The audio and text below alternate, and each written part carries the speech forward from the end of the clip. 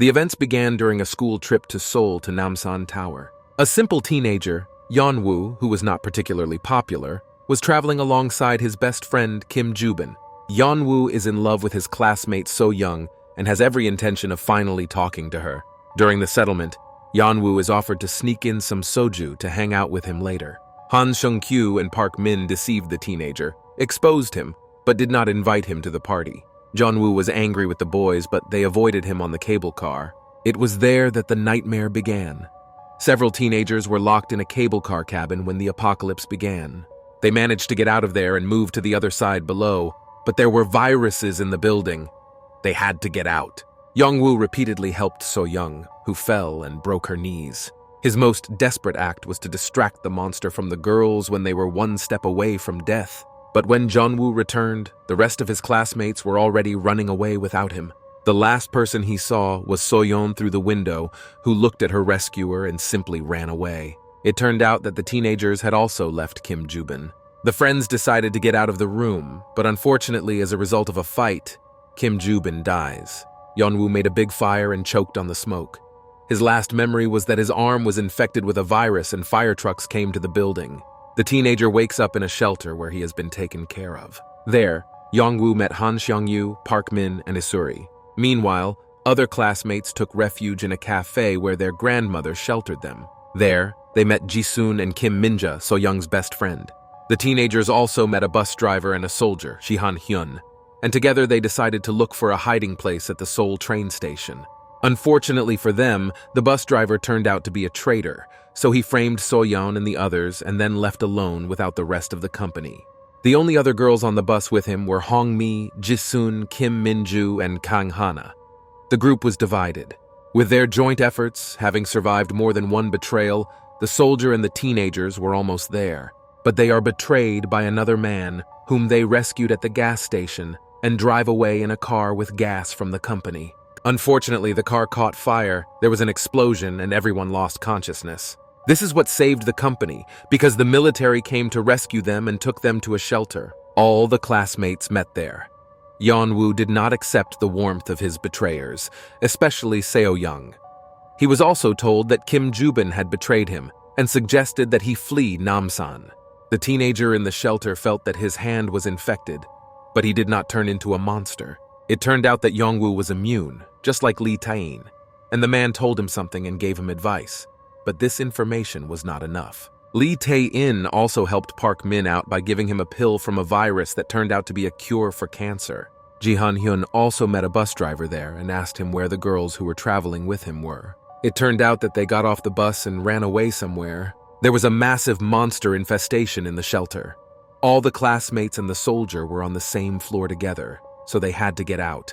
The other soldiers wanted to burn them all, but miraculously they all survived and ended up in another abandoned building where they were taken by homeless people. Ji-han-hyun and Kang Ji-hoon go in search of the girls, as Kang Hana has contacted them and given them the coordinates of their location.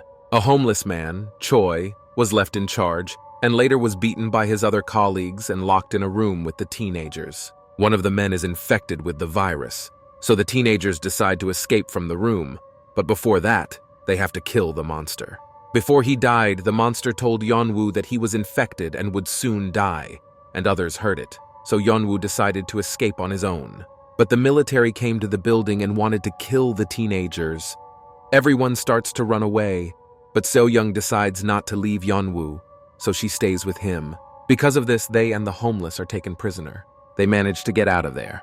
The company met a soldier who led them to the building where the girls, Kang Ji-hoon, and the soldier were likely hiding. Yeon-woo and Soyon went inside. There they met Kim Min-ja, but she was infected, so they killed her. After that, they met a military man and Kang Ji-hoon and decided to kill the main exoskeleton monster together. Unfortunately, Ji-han-hyun did not survive and was killed by the monster, but the military blew up the room with the monster. The teenagers were able to get out of there and find Kang Khan. The girls said that Lee Hong-mi died because of the monster and that she was the only one left. Kang Ji-hoon and Lee Hong-mi were close, but the teenager hurt her because of family problems and really wanted to save her and apologize, but he couldn't. The company and the soldier who is in love with Seo-young go to Namsan Tower because other classmates were there. Kang Hana said that her classmates invited them, but she started to deceive the company. When they were alone with Soyon, she said that there was a secret chat without them, and those classmates said they didn't want to see anyone but Soyon. Hana runs away on her own because Soyon did not agree to the betrayal. But Kang Ji-hoon took Lee Hong-mi's phone, who was also in that chat, and they found the classmates' hiding place. The company was forced and intimidated into a shopping center where the traders closed down. There they learn about the photo that Kang Hana took. Lee Hong-mi was there. After that, the soldier tells them that they can go home because everyone is being evacuated. But Yeon-woo was not so happy. The guy came to the window. He was all in his thoughts. Meanwhile, the girls were discussing what had happened to Kim Min-ju. Seo-young was crying because she was still painfully experiencing the loss of her friend. Jeon-woo was eavesdropping on their conversation. Soyeon said that everything seemed too unrealistic and cruel to her. The teenager suddenly remembered his friend Kim Jubin. Yeonwoo also could not get over the loss and is unlikely to ever do so. Jubin was always so weird and strange. But that's why they were friends, because they accepted all the cockroaches in each other.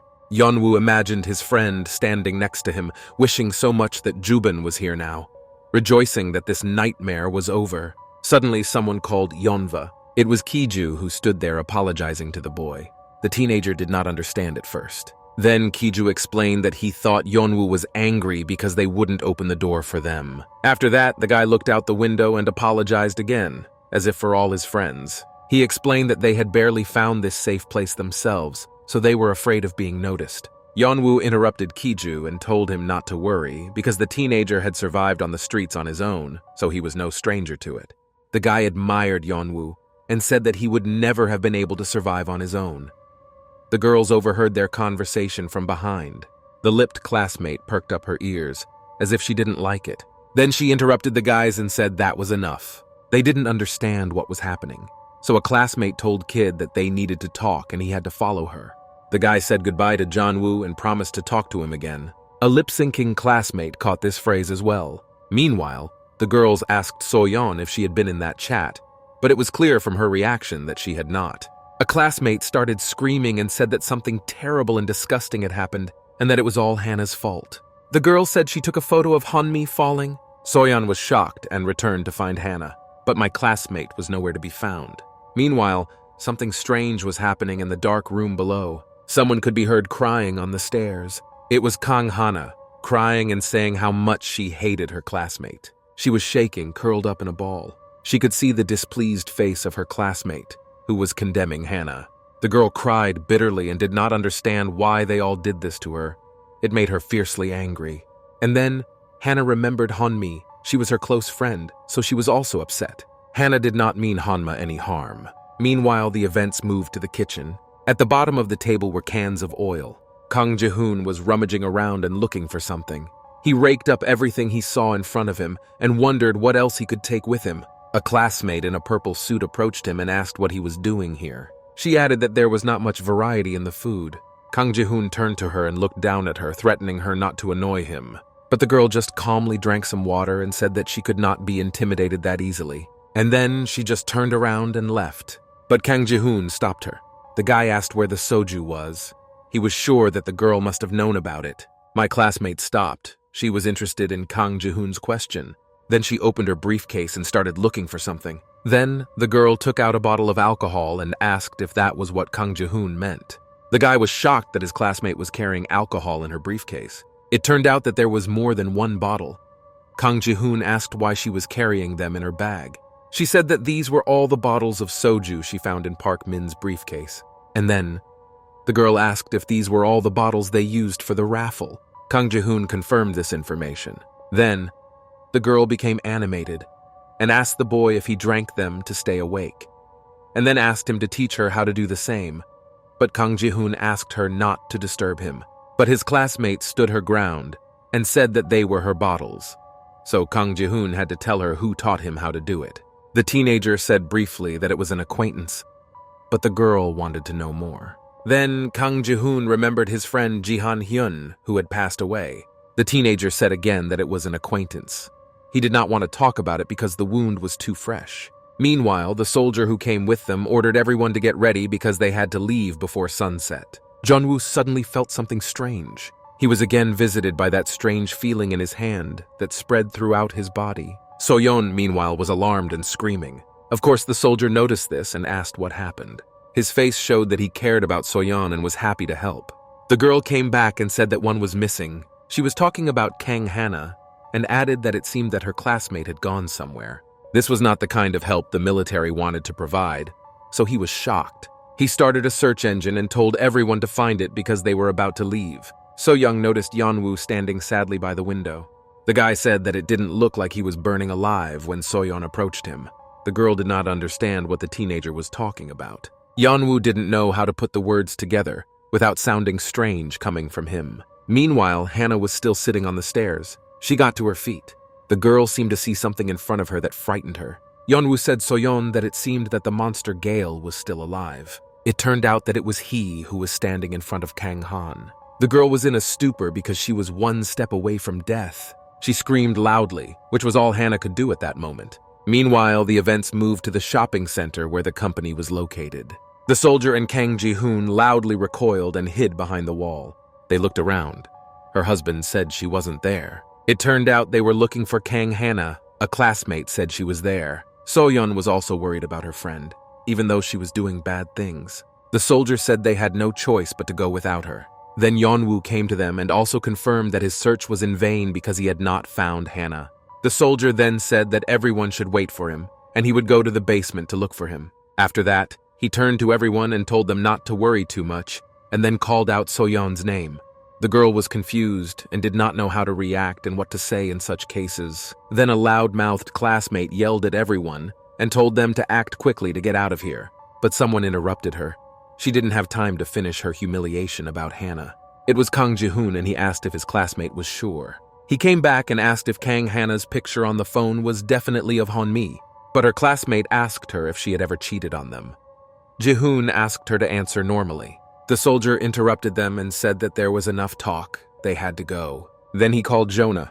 The guy was even glad to be noticed, but lately he'd been getting too much attention from the military. The events moved to the basement. Yeon-woo and the man hid behind the door and carefully examined the room to make sure there were no monsters. Then the guy noticed the eggs and told the soldier to be careful. Yeon-woo asked if they had been here since the beginning of the virus. After that, the soldier asked him if he was afraid. Yeonwoo was puzzled by this question, so he asked the man again.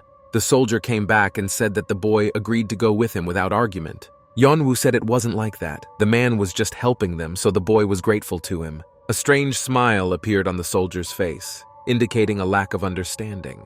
Then he laughed and said that Yeonwoo was funny, and then advised him to watch out. Otherwise, he would be finished. The man seemed to want to know something from the boy, so he asked why Yeonwoo wasn't afraid of her eggs, to which the boy replied that he was just dealing with them. And then, the teenager's tone became quieter and sadder, and he said that he just wanted to save his friend. The soldier laughed again and said that although the probability was not high, he thought that their friend had died long ago. The man did not even return to Yeon-woo, saying that he wanted to be honest with him. He added that only the strongest survived, and the boy had to understand that. But Yeon-woo did not fully understand the meaning of the man's words, so he asked him again, to which the soldier turned and said Soyeon's name. Then the teenager got nervous and asked what she was doing here. That strange smile reappeared on the man's face, and he looked the boy straight in the eye. Then he asked if Yeon-woo liked her, to which the guy reacted with a strong shock. The teenager looked down and said that it was not even close. Then the soldier asked why the boy blushed. Yeon-woo shouted that it was just hot. He suddenly remembered her, how beautiful she had been at the beginning of the tour. So Young was Yeon-woo's first love. Now he wasn't sure if he wanted to date her again. The teenager realized that he had been deceiving himself, that he did not like Soyeon, and then asked the soldier not to ask such strange questions anymore. A lot has changed now. The man said he understood the boy. Then he turned away and looked down, as if he was still worried about something. The soldier looked at Yeonwoo again and asked him again if he would answer his question. Yeonwoo looked into the man's eyes and realized that his behavior was strange and at times dangerous. The soldier's eyes narrowed, as if he were angry, and the man said that So-young liked Yeonwoo. The guy didn't know how to react, but he knew he had to speak carefully. Suddenly, someone else approached them. It was Kang Ji-hoon, who said he thought they were looking for Hannah, not talking. The soldier asked him why he had come. The guy looked down at his forehead and said that they were waiting too long. And then he added that he had found another staircase upstairs. Meanwhile, the events moved upstairs, where everyone else was. The girls looked at what was happening outside. They noticed that the Khan River was full of these eggs, which had grown to incredible sizes. Her classmate was more outraged than anyone else and asked when they managed to get so big. Soyon thought she didn't understand anything. She wondered why the authorities suddenly stopped taking people out. After all, they could have evacuated everyone and burned everything. Or did they just want to leave everything as it was and start acting? Meanwhile, another classmate asked what Hannah was like in middle school. The lipped girl began a story about what high school was like for her. There were only boys in her class back then, and they stole Hannah's personal diary. When she found out about it, she was furious. In fact, she can be understood because it is her personal diary. They had no right. My classmate said that there were strange and horrible things written in that diary. Hannah wanted someone to push her down the stairs or to drink poisoned milk. The girls were shocked by this information. A loud-mouthed classmate said that because of this, Kang Hana became friends with Homie, perhaps trying to live a normal life. Then, she asked if Hannah was weird and commented that she was trying to make a victim out of herself. But suddenly their conversation was interrupted by screams. It was Kiju, who was out of breath and running to the girls and looking around. It turned out that the boy had seen a monster and was running away from it. They all hid behind the wall and panicked because they didn't know what to do next. Then a girl in a purple suit told everyone to wait and reached into her briefcase. She then pulled out a Molotov cocktail. Soyon knew what it was and said it was supposed to help because the monsters were afraid of fire. The girls started to say that they didn't have a lighter, but another classmate was already lighting the cocktail. Soyon did not know everything about her classmates. A few minutes later, the monster was already on fire. My other classmates screamed and complained about the terrible smell. Other monsters came running to these sounds. The company heard this and realized that they had to leave immediately. The monsters ran after them. A classmate took out her phone while running. It seemed she wanted to call for help. Meanwhile, the boys continued to search for Kang Han.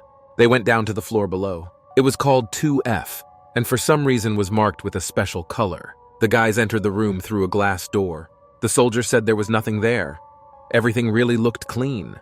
Yeon-woo said to be careful, and Kang Ji-hoon looked out from behind him to see what he was doing. Then they went down the stairs even further. At that moment, Jeon-woo felt a sharp pain in his arm. The guy decided to look up, but there was nothing there. The room was surprisingly clean, and that was what scared me. Then he looked at what was happening on the street. It seems that the teenager has noticed something. Behind the glass, he saw a large number of monsters. Kang Ji-hoon also noticed them and was aggressive. When they entered another door, they were met by monsters. One of them immediately spotted his victims and headed for them. Meanwhile, Kang Hana held onto the door with her hands and yelled for them to leave. There were monsters outside the door and the girl was trying to escape. Kang Hana shouted to the monsters and thought they understood her. The girl was shaking with fear. The monster even seemed to answer her. Hannah tried to remind Gale of herself, but the zombie didn't want to listen to her and slipped through the crack in the door. Her paws were very close to Kang Hana's. The girl quickly took her hands away and screamed. She stood in a stupor and just screamed for Gale to leave her. The monster tried to get out of the door because it was pinned when Hannah let go. When the mucus that was used as skin receded from the body, the skeleton of the monster was visible. It looked very scary. The boys heard Hannah and ran to her. Kang Ji-hoon did not understand how the monster got here because they were not supposed to be here. Gale noticed the boys right away and found new victims. Kang Ji-hoon immediately threw a Molotov cocktail at her before she could attack first. Gale growled. The soldier readied his weapon and aimed at the monster. But something strange was happening to the monster. Its skin began to melt. The guys were shocked by what they saw. The monster simply took its head away from the fire, sacrificing part of its slime skin. It did not burn any further, although other monsters were afraid of fire, but Gale was not. The guys opened their mouths wide and could not believe what they were seeing. The monster simply put out all the fire with himself. Gale was smarter than the other monsters. After that, she just ran away from them. The soldier pointed his weapon and said that she had to be destroyed. He ordered the other guys to run away immediately. Then the monster stopped and turned to them. She changed her route and decided to attack the boys. The teenagers were scared and screamed. The monster screamed even louder. Yeon-woo covered his ears with his hands. He felt sick for some reason. The men fled to a safe place. They stood there and recoiled, not realizing what was happening. When others discussed that the monsters had learned to regenerate, Yeonwoo was in his own thoughts. Suddenly he realized something shocking. And then his arm got sore again. The phrase about the regeneration of monsters puzzled him. Yeonwoo also noticed something strange when the military pointed their weapons at him.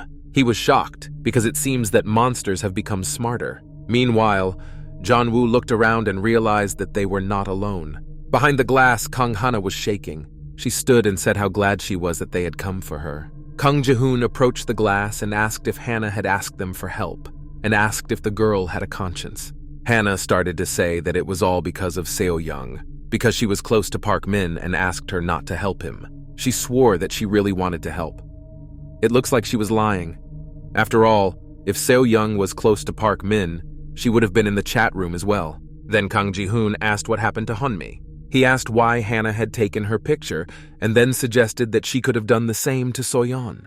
Kang Hana began to stutter. She was nervous and didn't know what to say. Kang Ji-hoon noticed that the soldier was pointing a rifle at her. He asked the man what was going on. The soldier ordered the girl to stay where she was. He threatened to shoot Hannah if she came out. Kang Ji-hoon was outraged and shouted at the soldier because his actions were strange. Meanwhile, Yeonwoo noticed something. He began to look closely and examine everything. Kang Ji-hoon and the soldier continued to argue. The guy asked why he was aiming if they had come to save her. The soldier asked what Kang Ji-hoon was doing now. He said directly that they had to save Hannah before she came into contact with the monster. The soldier said they did not know whether the girl was infected or not. Otherwise, they risked losing everyone. He added that the safety of the majority came first. Kang Ji-hoon did not like these words. Hannah started screaming and proving that she was not infected. The girl suddenly began to tell the truth. She said that what happened to Hunmi was her fault. Hannah said she was sorry for what she had done and that she had also sent the photo to get help. Meanwhile, Yeonwoo was looking at the girl, as if he could see right through her. And he noticed something in her hands. He agreed with the military that they did not know for sure whether the girl was infected. Then Yeonwoo said that Hannah had touched the monster. He thought that he should have accepted it. Hannah stood in a stupor and did not understand anything. She tried to shout and challenge Yeonwoo's words but was interrupted. The boy said he saw the monster touch her. He didn't actually see it, but he had to protect everyone somehow. He added that when Hannah tried to close the door, the monster touched her. The boy realized that this was the only way to save the others. Yeonwoo said they could not take the girl with them. Hannah started screaming and crying for them to believe her. Kang Ji-hoon yelled at the guy and asked him when he had seen her. Then the soldier also asked Yeonwoo if he was sure of his words. The man said that if it was true, they had to get rid of her. Yeonwoo looked down and said he was completely sure of it. He turned around and said that they had to leave her here and leave, because it was dangerous to stay here. Suddenly he heard a loud sound behind him. Yeonwoo turned around and saw a horrific scene. He could not believe his eyes and what had happened. Kang Hana was lying on the floor with a lot of broken glass near her. Kang Ji-hoon ran at the soldier, called him a scumbag and asked him to stop. The man asked if the boy was serious. A conflict was brewing between them. Kang Ji-hoon looked at him with great aggression. The soldier said that the teenager spoke directly. He explained that it was better to die from a bullet than to be infected. Yeonwoo kept looking at Kang Hana in shock. His eyes widened. He was scared, just like the time a homeless man was shot in front of him. The soldier pushed Kang Ji-hoon and ordered him not to stand still because he had to leave. Suddenly, the man heard something strange. There was a monster in the doorway running at them. The man started to run away. Kang Hana was still lying there, dripping with fluid. Suddenly, her eyes opened and she wished for Yeonwoo's death. Meanwhile, the boys were climbing up the stairs. They were laughing loudly when the man noticed something. The room where the others were supposed to wait was completely on fire. The man started shouting and calling everyone to come out. The soldier moved forward, giving the others the opportunity to be alone. There was a lot of tension between the guys. Kang Ji-hoon called out to Yeonwoo. He grabbed the boy by his t-shirt and called him a bastard, saying that no matter how strong he was, Yeonwoo was acting like a monster. Kang Ji-hoon asked if he was even a human being, because Yeonwoo did the same thing to Park Min. Maybe he liked killing others. Yeonwoo simply pulled away rudely and ordered him to let go. The teenager explained that Kang Hana was infected and he could not keep silent about it. Kang Ji-hoon started screaming and asked him not to lie because Yeonwoo couldn't see anything. He couldn't decide who was infected and who wasn't. The teenager called Yeonwoo a murderer. Then, a military man interrupted the conversation and said that it was not the time for talks. Others were running behind the company. They shouted and rejoiced that they had finally found the boys. Soyon noticed something strange going on between the boys. Yeonwoo told Kang Ji-hoon that it didn't solve anything, that he looked like a monster. The teenager looked at him with surprise, even fear. Yeonwoo said calmly that Kang Ji-hoon already knew everything, and he asked how long the boy would pretend that he didn't understand. Meanwhile, Kang Hana was still in the basement. She whined that she was hurt. Suddenly the girl noticed something. In front of her was Gale, who was yelling at Hannah, as if she didn't feel the virus in her. Suddenly, Hannah felt something strange in herself. Her hand trembled and eventually her whole body. Gale threw her tentacles at Kang Hana. The monster opened its huge mouth and roared. Kang Hana's face was covered with blisters, as if Gale was devouring the girl. Hannah told the monster to eat everyone else. Meanwhile, tensions between Yeonwoo and Kang Ji-hoon were growing. Kang Ji-hoon asked him what he knew, and his eyes showed fear. The teenager was afraid of what he knew. At that moment, others ran up to them. Yeonwoo said that everyone here was in great danger, and then he added that Kang Ji-hoon could have pretended to know nothing, and then suggested that we end it there. But the guy's patience ran out and he exploded. Kang Ji-hoon grabbed Yeonwoo's shirt again and came at him with accusations that he couldn't see that Hannah was infected. Kiju intervened in the fight and began to break it up. The other girls asked where Kang Hana was. Soyon began to worry and guess something and asked where her classmate was. Yeonwoo looked at the girl with a cold and glassy gaze. Soyon began to get even more nervous. Her questions seemed rhetorical, because it was already clear what had happened.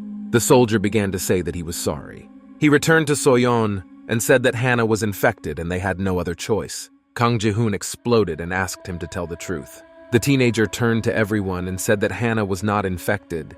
They just took her life, and it was all because of Yeonwoo. Kiju asked the boy to explain everything. The soldier shouted and ordered Kang Ji-hoon to close up because everything was clear. The man said that Kang Hana was in close contact with one of the animals, and Yeonwoo saw it. The others looked at the boys with suspicion.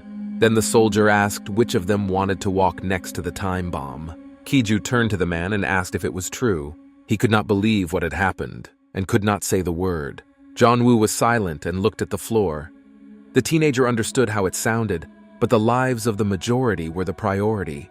Kiju's eyes widened, and he looked at the teenager with fear. Then, a loud-mouthed classmate ended the conversation and said that they had to run away, and added that she did not miss Hannah. Kang Ji-hoon asked that even if the girl was just expressing her opinion, did Hannah deserve such a fate? Then her classmate attacked her with accusations that she was already infected, so she would have died sooner or later. Kang Ji-hoon continued to argue that this was not the case, when suddenly, Yeonwoo felt something. He turned back to see what made him feel pain and was horrified. A monster came out of the room behind them. He was not yet visible, but Yeonwoo could still feel it. He ordered the others to run away.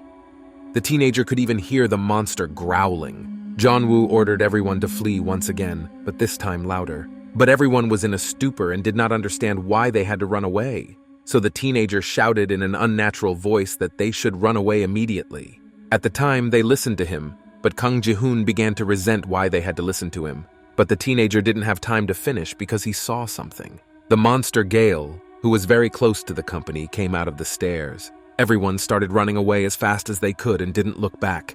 The newcomers were lagging behind because it was their first experience. The soldier shouted that they needed fire. A classmate with dark hair was far behind the others. She stopped to rest, but there was a monster behind her. Gale screamed at the girl. Death was inevitable. This was noticed by another classmate in a tracksuit. The poor woman was shaking and started crying because she realized what was about to happen. She noticed that next to the monster's face was another, completely fresh one. It resembled Hannah's face. Then her classmate screamed even louder because she saw her future. Suddenly, a friend ran to her rescue with a cocktail.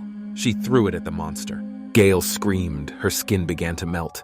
Unfortunately, her classmate was already infected because the monster had already eaten her. Then, Park Choa wanted to light another cocktail to save her friend, but was stopped by Yeonwoo. He dragged the girl away, saying that there was no point in setting this monster on fire because it was putting out the fire. Even though Gale was melting down and busy with her sacrifice, it was still dangerous. The teenagers ran on. Yeonwoo turned back to see what was happening.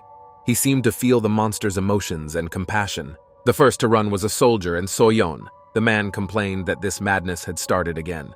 There was a big pile of monsters in front of them, and the man said there was no point in saving anyone. A monster suddenly appeared near Soyon, as if out of nowhere, but the soldier was able to stand up for her and opened fire on the monster. The man shouted that they could not be stopped with weapons, they needed fire. Kiju saw what happened to the others and started looking around for a fire. He noticed an object that was on fire. At that moment, another monster attacked him. Kiju grabbed the burning object and managed to fight off the monster. The boy acted confidently and bravely. Then he heard his girlfriend screaming. The lipped girl, Seon-young, was also attacked by a monster. She screamed loudly and stood in a stupor.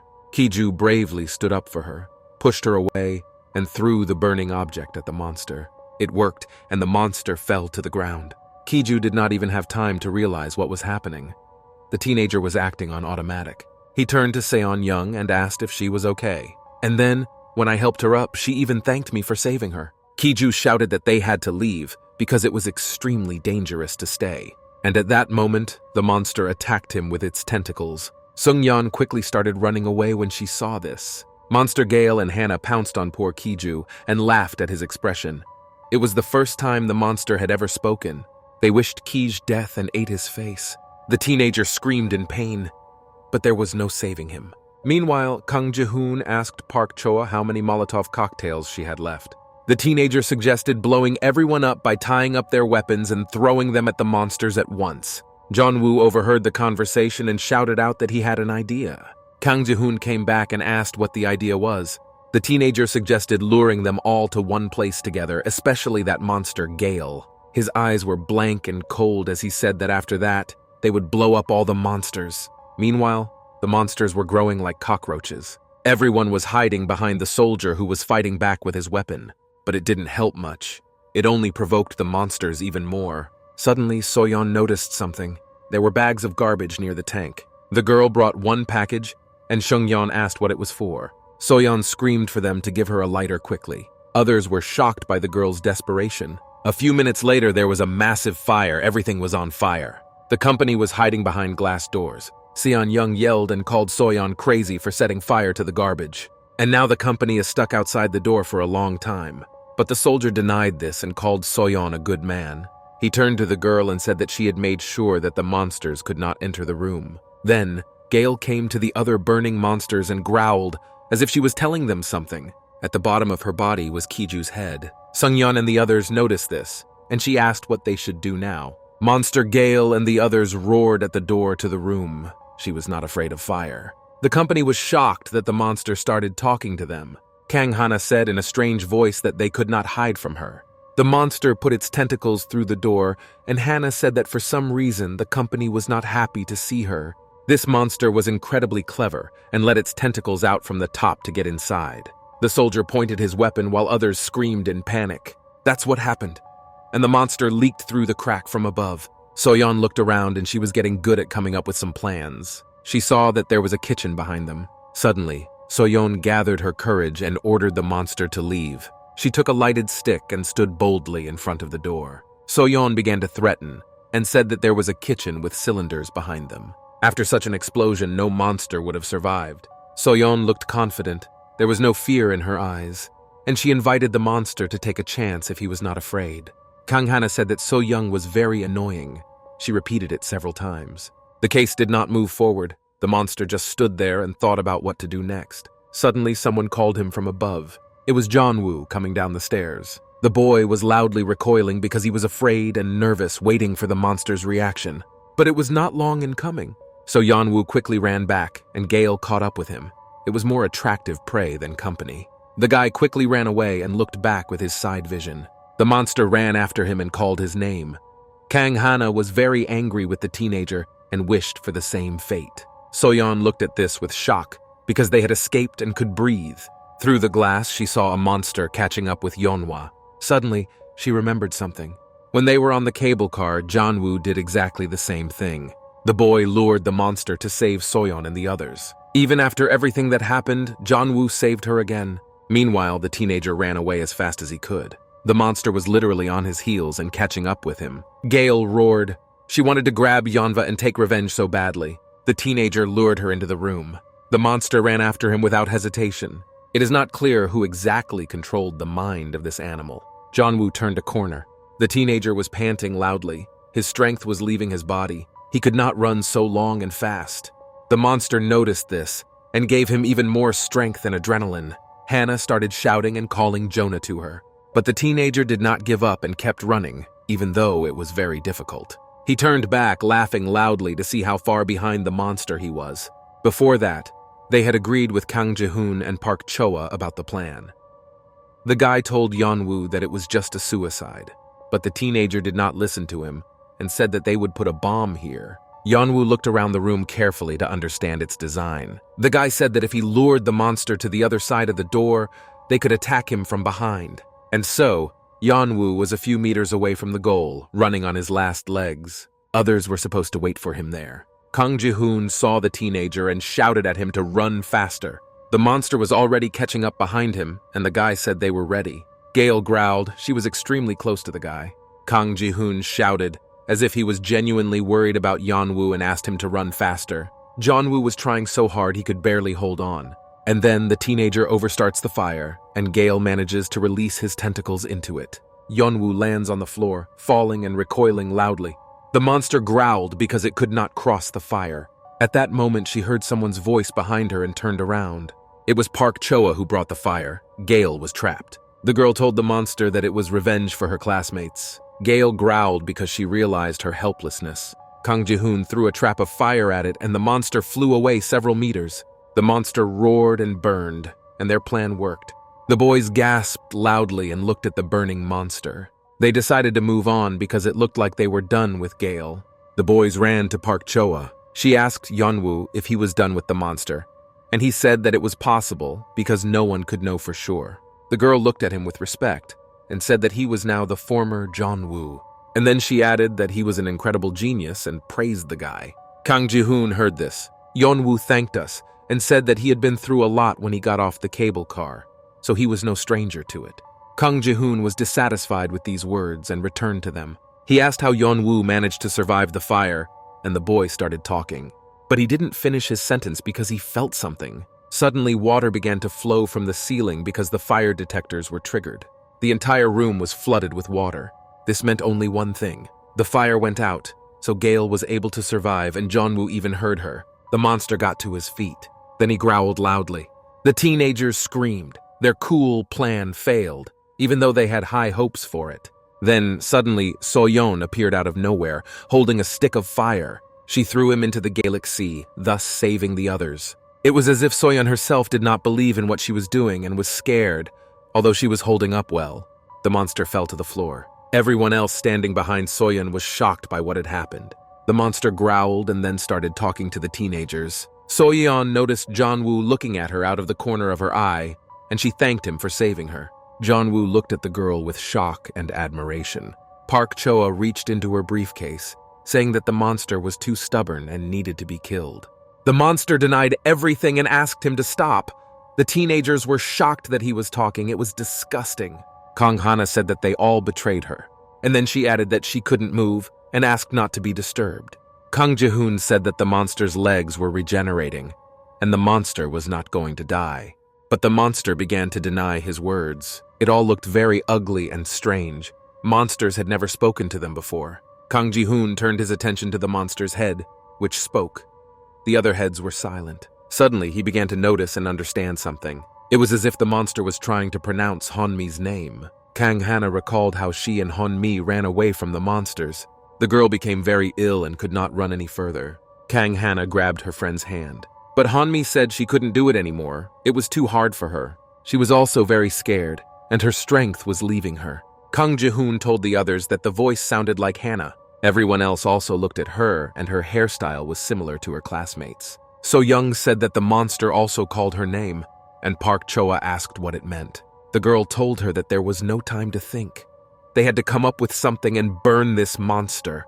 The monster was listening to this and saw the fire in Soyeon's hands, which was dangerous for her. The monster's leg could move a little and began to recover. Jeon-woo thought about what the others were saying. Suddenly, the puzzles in his head began to come together, and he quickly tried to come up with a plan to escape. Then the monster spoke to them again. It was very bad and incomprehensible. Kang Hana mentioned So-young's name. The girl was confused by this and stalled. Suddenly, the monster attacked her, saying that Hana had trusted Soyeon. Yeonwoo could not let this happen. The monster was about to get the girl. There were only seconds. A teenager has never been so worried even about himself. He stretched out his hand to protect Soyon. Yeonwoo was deceiving himself, because such actions are only done for people you love. Meanwhile, a soldier approached them. He was watching everything and noticed that Soyon was attacked by a monster. The girl was shaking and covered herself with her hands, closing her eyes in anticipation of death.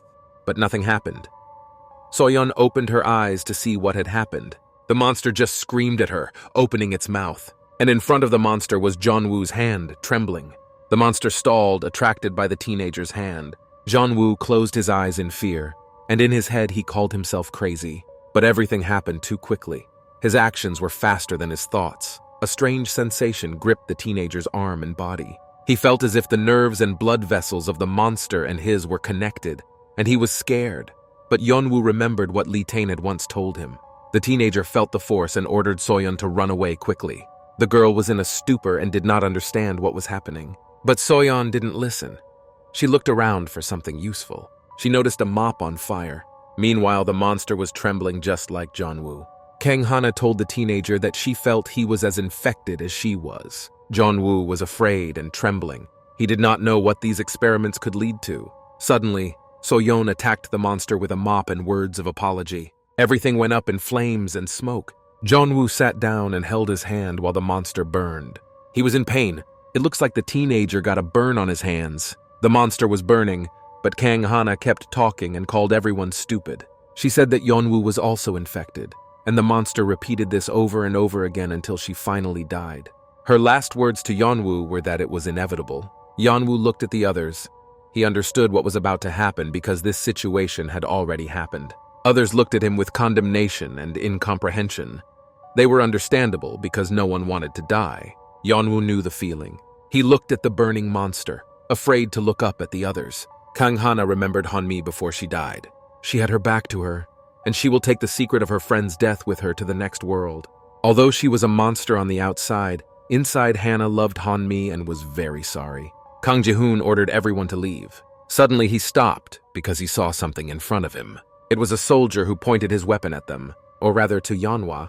The teenager realized what was going on and began to panic. There was a loud sound. The soldier did not even move. It seemed he wanted to get rid of the teenager.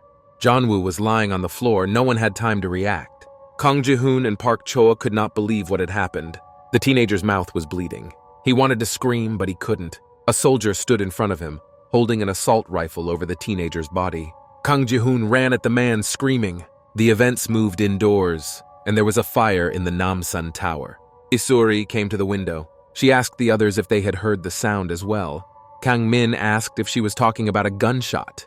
Isuri said that they should have been concerned as well, because the fire was in Namsan, and the sound was coming from there as well. The girl was outraged by what was happening there. Meanwhile, Kang Ji-hoon knocked the soldier down with his body and his shot flew past. The teenager was screaming and asking to stop shooting. The soldier could only threaten with his weapon. Meanwhile, Yeonwoo was still lying on the floor and did not move. Soyon approached him. She called out to Yeonwoo. Her voice was full of worry. The girl started shouting and asked the teenager to wake up or give a sign that he heard her. But Yeonwoo was lying there without any signs of life, and Soyoung continued to beg him. The teenager seemed to be unconscious because he felt something very strange in his hands. They were all trembling, and Yeonwoo felt some kind of power in them. Meanwhile, the military man and Kang Ji-hoon continued to fight. The man defeated the teenager, but there was no reason to be proud. Kang Ji-hoon looked up and was startled, his heart beating faster. The soldier also pointed a gun at him, saying that he did not like him from the very beginning. After that, the man took aim and said that Kang Ji-hoon was also close to Yeonwoo, so he decided that he had the right to shoot him as well. Suddenly, everyone was paying attention to something else. Kang Ji-hoon also looked to the side and could not believe his eyes. Yeonwoo just stood up. The teenager raised his strangely trembling hand. After that, he directed it at a military man. Soyeon was shocked by what she saw. Yeonwoo said that was enough. The soldier also did not understand what was happening. Yeonwoo said he was going to die and he could have killed him. Then, at that moment, the sounds of monsters roaring were heard and the soldier turned back. A pack of monsters was running behind. The soldier began to shoot back because the monsters attacked him. Seo-young approached Yeonwoo and wanted to touch him to ask what happened.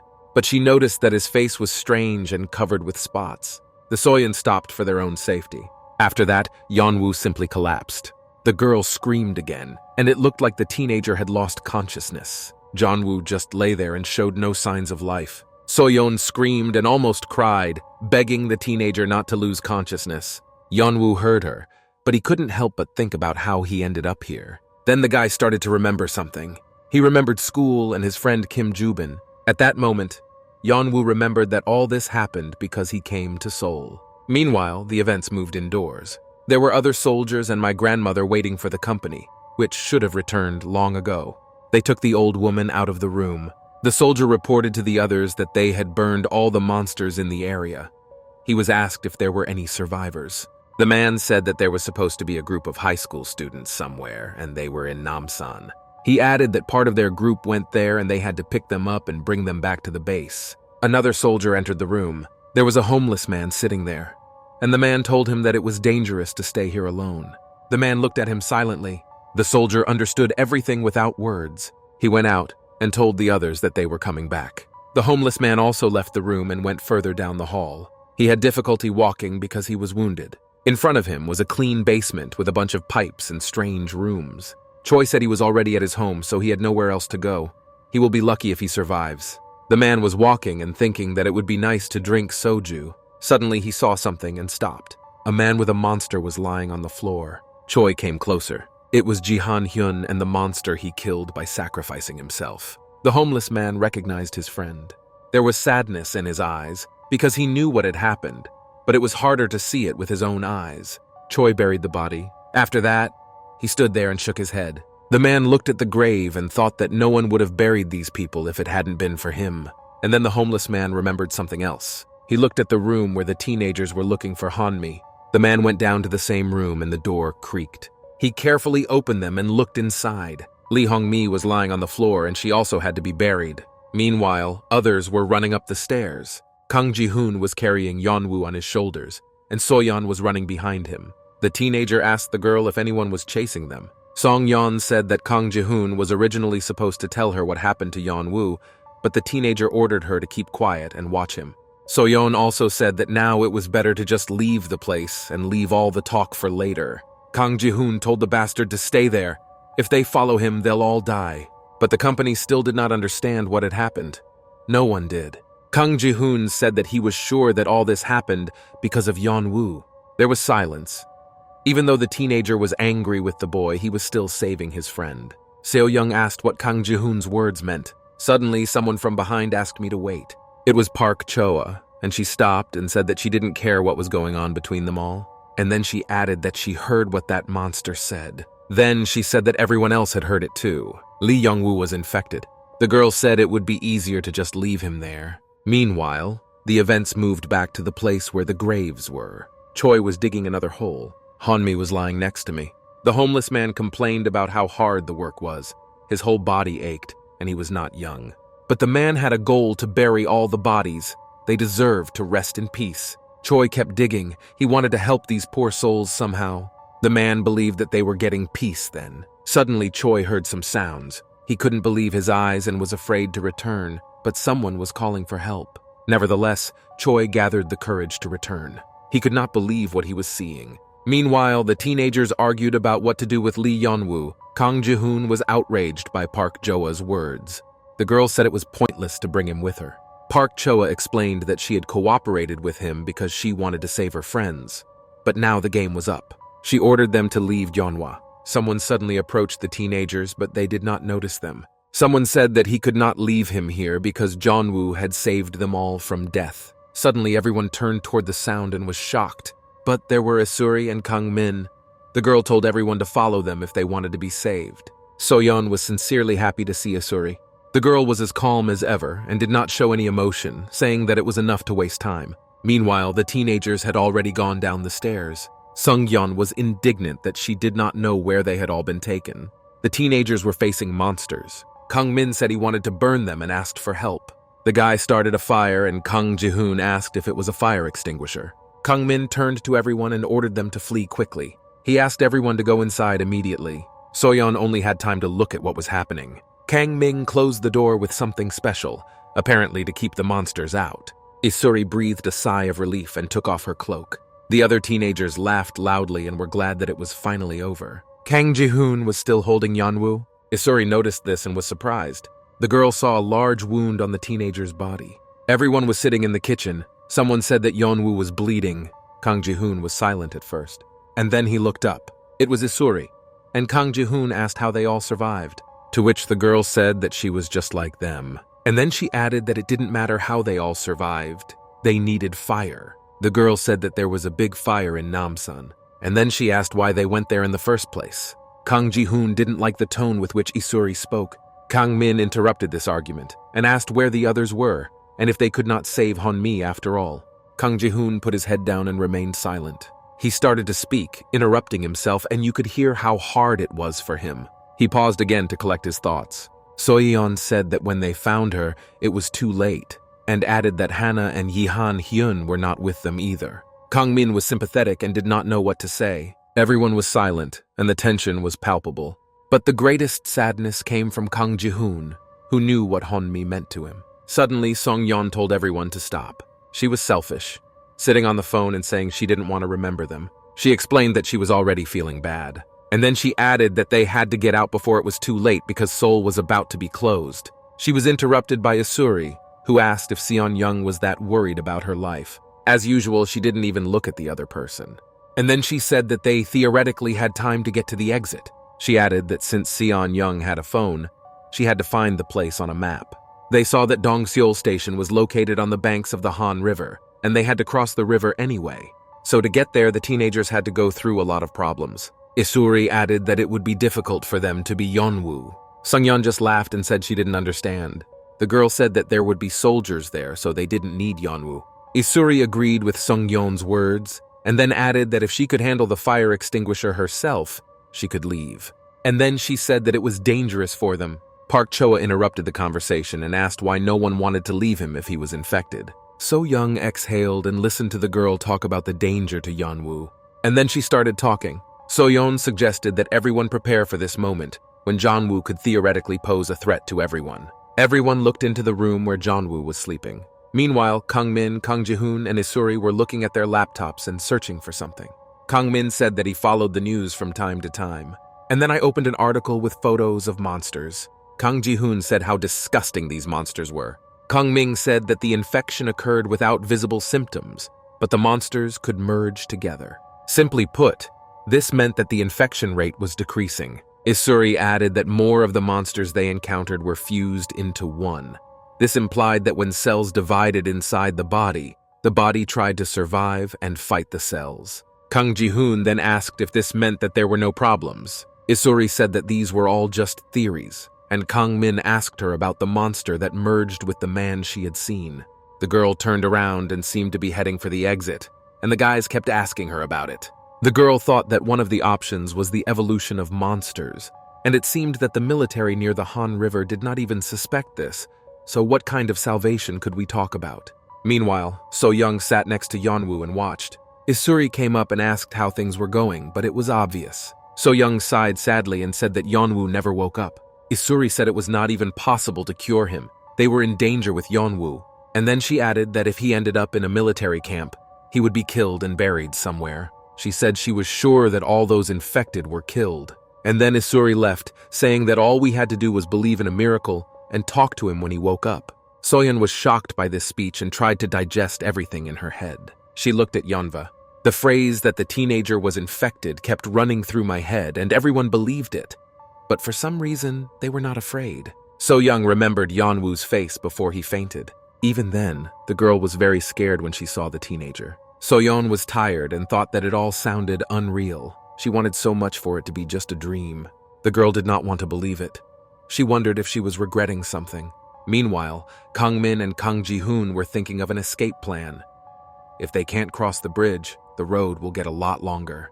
And then Kang Min added that we should stock up on oil before we go. Sung-yeon was thinking about something and looking around. Then she saw Park Choa and asked him to wait for her. Sung-yeon suggested that she leave separately from everyone else, but Park Choa refused because it was too dangerous, to which Seon-young replied that there would be soldiers there. Park Choa said that if they were infected, she would be killed anyway. Sung-yeon was angry that everything was so difficult because of Yeon-woo, and then asked that if they took the infected person out of Seoul, then the whole world would be in danger. Park Choa was silent and thinking, and then she asked what Seung-yeon was hinting at. Meanwhile, So-young was still sitting next to Yeon-woo. She was just checking her phone to kill time. Suddenly, Yeon-woo woke up. So-yeon jumped out of her seat. The teenager was scared and did not know where he was, so he was breathing loudly. So-yeon tried to calm him down. She said they were coming home. Yeon-woo tried to get up. The teenager was shivering and completely exhausted. So-yeon looked on in silence and could not believe how he had survived all that. Isuri was standing in the doorway. She was watching what was happening. So-young came closer to Yeon-woo. His body was shaking. He could barely stand. She leaned over to the teenager to see if he was okay. So-yeon said she thought he was dead and was glad he wasn't. Yeon-woo started to cry. The teenager asked her not to leave him and offered to walk home together, saying that he was sorry for what had happened. So-yeon said that everything was fine and he just needed to rest a bit. Others entered the teenager's room, and they were all shocked, to say the least. Kang-min openly expressed his shock and said that it was incredible that Yeon-woo had woken up. But the teenager remained silent and tried to realize everything. Kang Ji-hoon asked how Yeon-woo was feeling, as he had been unconscious for a long time. He added that the bastard had shot him, so Yeon-woo probably couldn't get up now. Yeon-woo simply nodded. And then he said that Kang Ji-hoon must have brought it from Namsan and thanked him for saving him. Kang Ji-hoon didn't know how to react, because he and Yeon-woo had been almost enemies before. And then, the teenager just turned around and asked me to stop talking nonsense. Then the others entered the room. Park Choa said that now they had to have a serious talk. Yeon-woo sat by the wall and waited for the attack. Park Choa told the teenager to answer them honestly. And then she asked if Yeon-woo was infected. Sung-yeon exploded and told him not to even dare to deceive them or deny the obvious. Isuri intervened in the conversation and pushed Park Choa away, telling Yeon-woo in a calm voice not to be afraid of them, but to tell the truth. Isuri asked him to be honest with them because they were in the same boat, and Yeon-woo started to speak. But the girl interrupted him and said she had only one question. She paused so that her words did not sound strange, and then she asked if Yeon-woo was immune to the infection. Meanwhile, the events moved to the marketplace. There was nothing on the shelves. Everything had been taken apart. Kang Ming was indignant that there was nothing useful and suggested looking elsewhere. Kang Ji-hoon said that he was also empty. Yeon-woo followed the crowd. They were going to check another warehouse. Suddenly, the teenager felt something. He told the others to be careful. There really was a monster behind the door. He would growl at the others and hide in the warehouse. The guys were scared. A few minutes later, everything was on fire. The teenagers took everything they could carry from the warehouse. But they did not burn the monster completely because there was no time. Kang Ji-hoon called out to So-young, and she seemed a little scared. He asked why the girl was frozen and ordered her to walk faster. So-yeon looked at Yeonwoo and Isuri. Isuri asked the boy what else he knew about the characteristics of monster cells. So-yeon recalled the conversation when Yeonwoo talked about immunity. The teenager then realized that he had to tell the truth.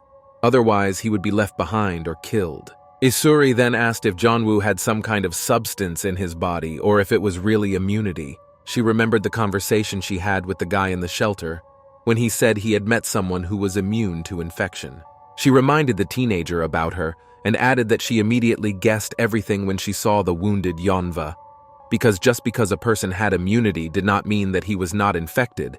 The mutation was just not so obvious. Yeonwoo said that he did not understand exactly what it was and was not sure about it, but he added that maybe it was just as Isuri said. Yeonwoo said he didn't know if they would believe him or not, but he was immune to infection and couldn't have become such a monster.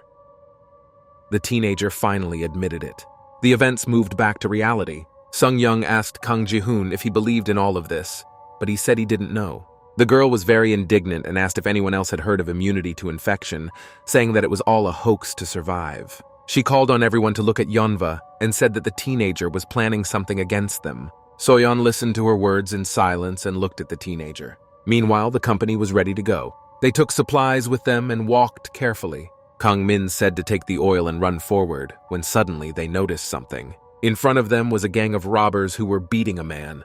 The company hid behind a car and watched everything. Several guys beat the man and threatened him.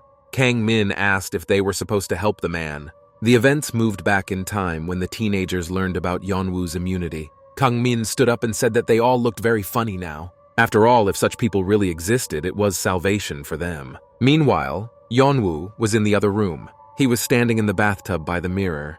The guy lifted his t-shirt to look at his wound.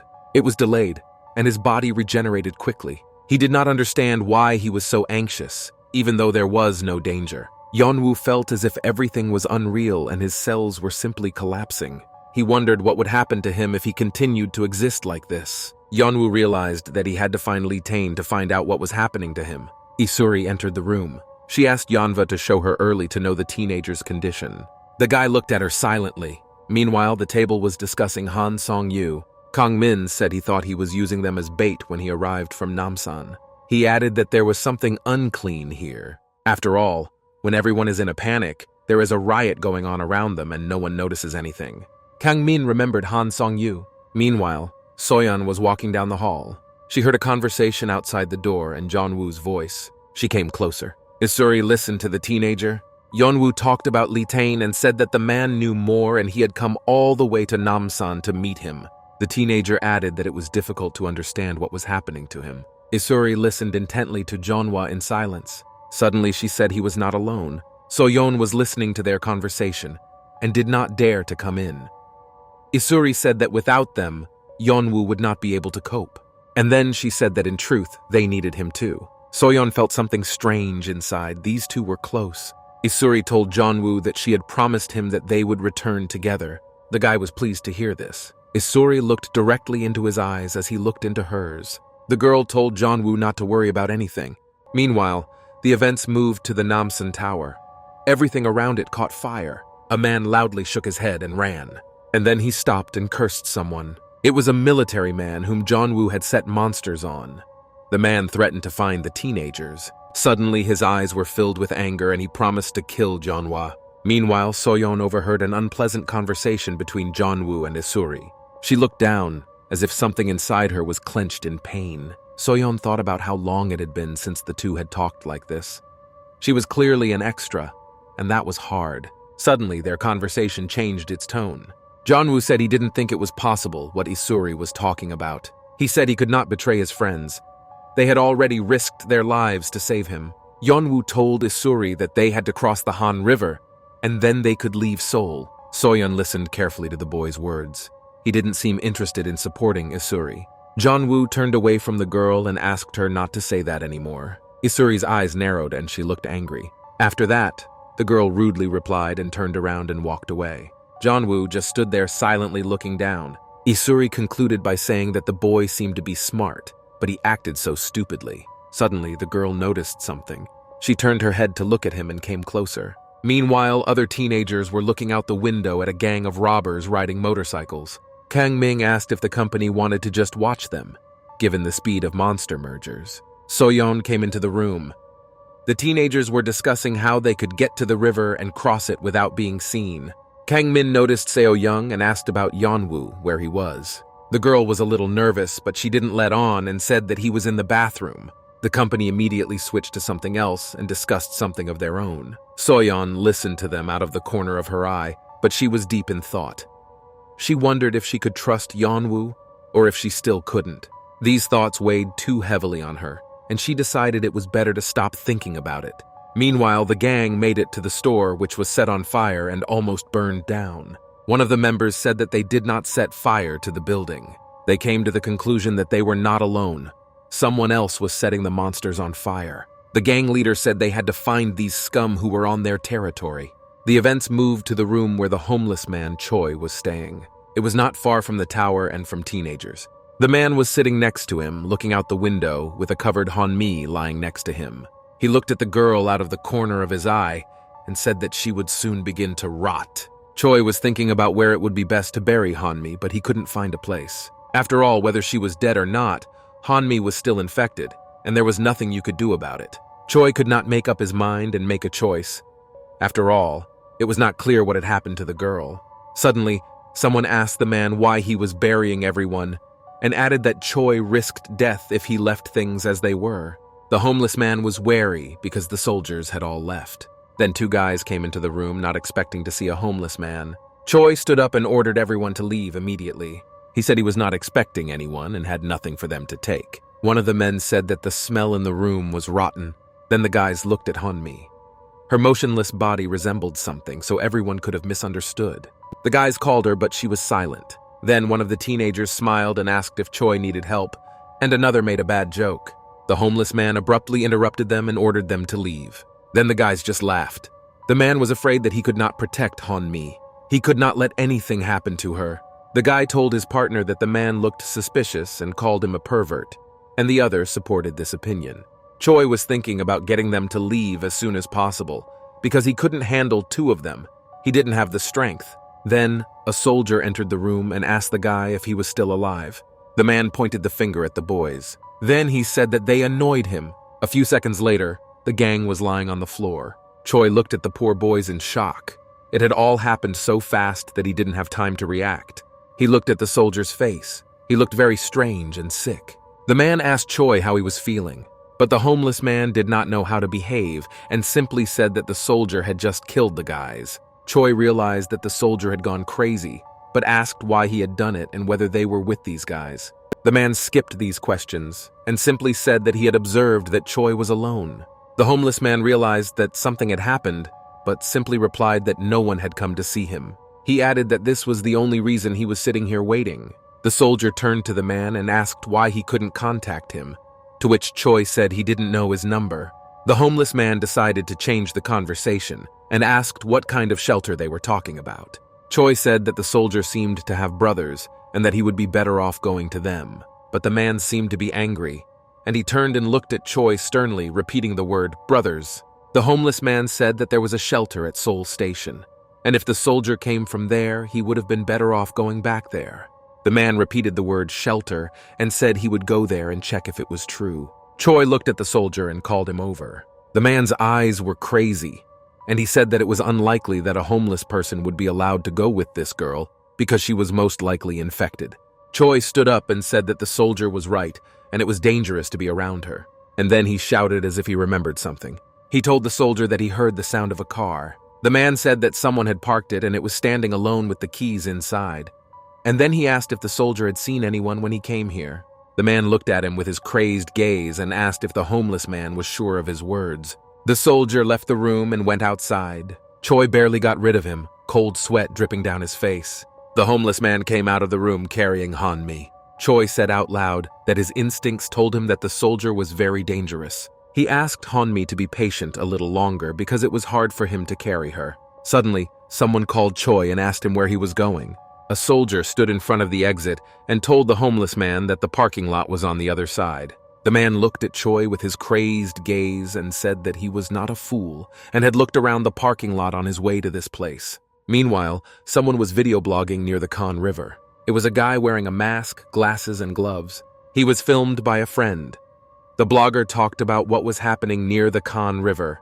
Either the bridge was being blocked or there was a new uprising of survivors. He showed me around Seoul and said that the city was in an emergency situation and it was scary to even enter. Then he showed the soldiers and said that they worked hard to find the survivors. And then the blogger pointed the camera at the houses with huge eggs on them. The guy promised to show everything to his subscribers. The blogger told us where they were going and what they were going to see, and also told us about the flamethrower's instructions. The guy's partner was not so brave. He pointed the camera at what was under the bridge and said that there were a lot of virus cells there. The blogger continued that the cells had no nucleus, but the size of the eggs had grown very much. The guys came very close. His partner was so afraid that cold sweat was running down his face. But the blogger didn't think about the consequences and continued to blog. Content was more important to him than life. His partner asked if Hyun was really going to go there, but the blogger said it was all a hoax. He would just undermine the content with this video. They will believe that there were no monsters anywhere, only monster cells and eggs. The blogger asked the viewers if they were now convinced. He said that there was no one but them and the cells, and then asked if the audience was waiting for them to go to the other side. Suddenly, a huge monster that looked like an exoskeleton emerged from the water. Its head resembled a crocodile's face. It seemed to be a new kind of monster that could live underwater. Meanwhile, the blogger said he was a little scared and asked if any of his followers wanted to join them. Suddenly, in the chat, subscribers began to write that someone was moving behind them. The guy took it as a joke and that his followers were playing a prank. Suddenly, the boys heard monsters roaring, and when they turned around, they saw terrible monsters. They were in a stupor and did not know what to do. Followers wrote that these monsters were different from the others. Then the guys came to their senses and ran as fast as they could. Their followers laughed at them in the comments. The blogger continued to blog and said that the shape of the monster was different. It had slime on its body, but its arms and legs were solid. The limbs were covered with bones, like exoskeletons. The guy showed me that more and more monsters were coming out of the water. They just kept coming.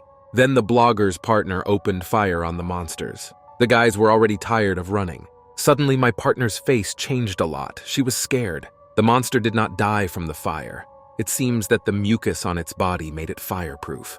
The guys started screaming and begging for rescue, and the military nearby heard them and took notice. Meanwhile, the events moved to the room where Choi and the soldier were. The homeless man was lying on the floor and being kicked by a soldier. The man was yelling and calling the poor man names. Then he hit Choi with his heavy boot on the homeless man's face. After that, he fell to the ground exhausted, barely breathing. The soldier grabbed Choi by the hair and lifted his head, ordering him to answer honestly whether anyone had come to see him. The homeless man barely spoke, making long pauses between words, but said that no one came. Then the soldier threw the man's head away as if it were a thing. He got up and said that Choi stank terribly. Then his eyes fell on something behind him. He turned his attention to Hanmi, who was still lying on the floor. The soldier then told Choi that he had to take care of himself first. The man came out of the room and said that he was just furious. He turned and looked at the homeless man again with his crazy look, saying that a little more, and his patience would just burst. Choi remained in that room, barely breathing and bleeding. The soldier went outside. He looked around the area and had to think carefully.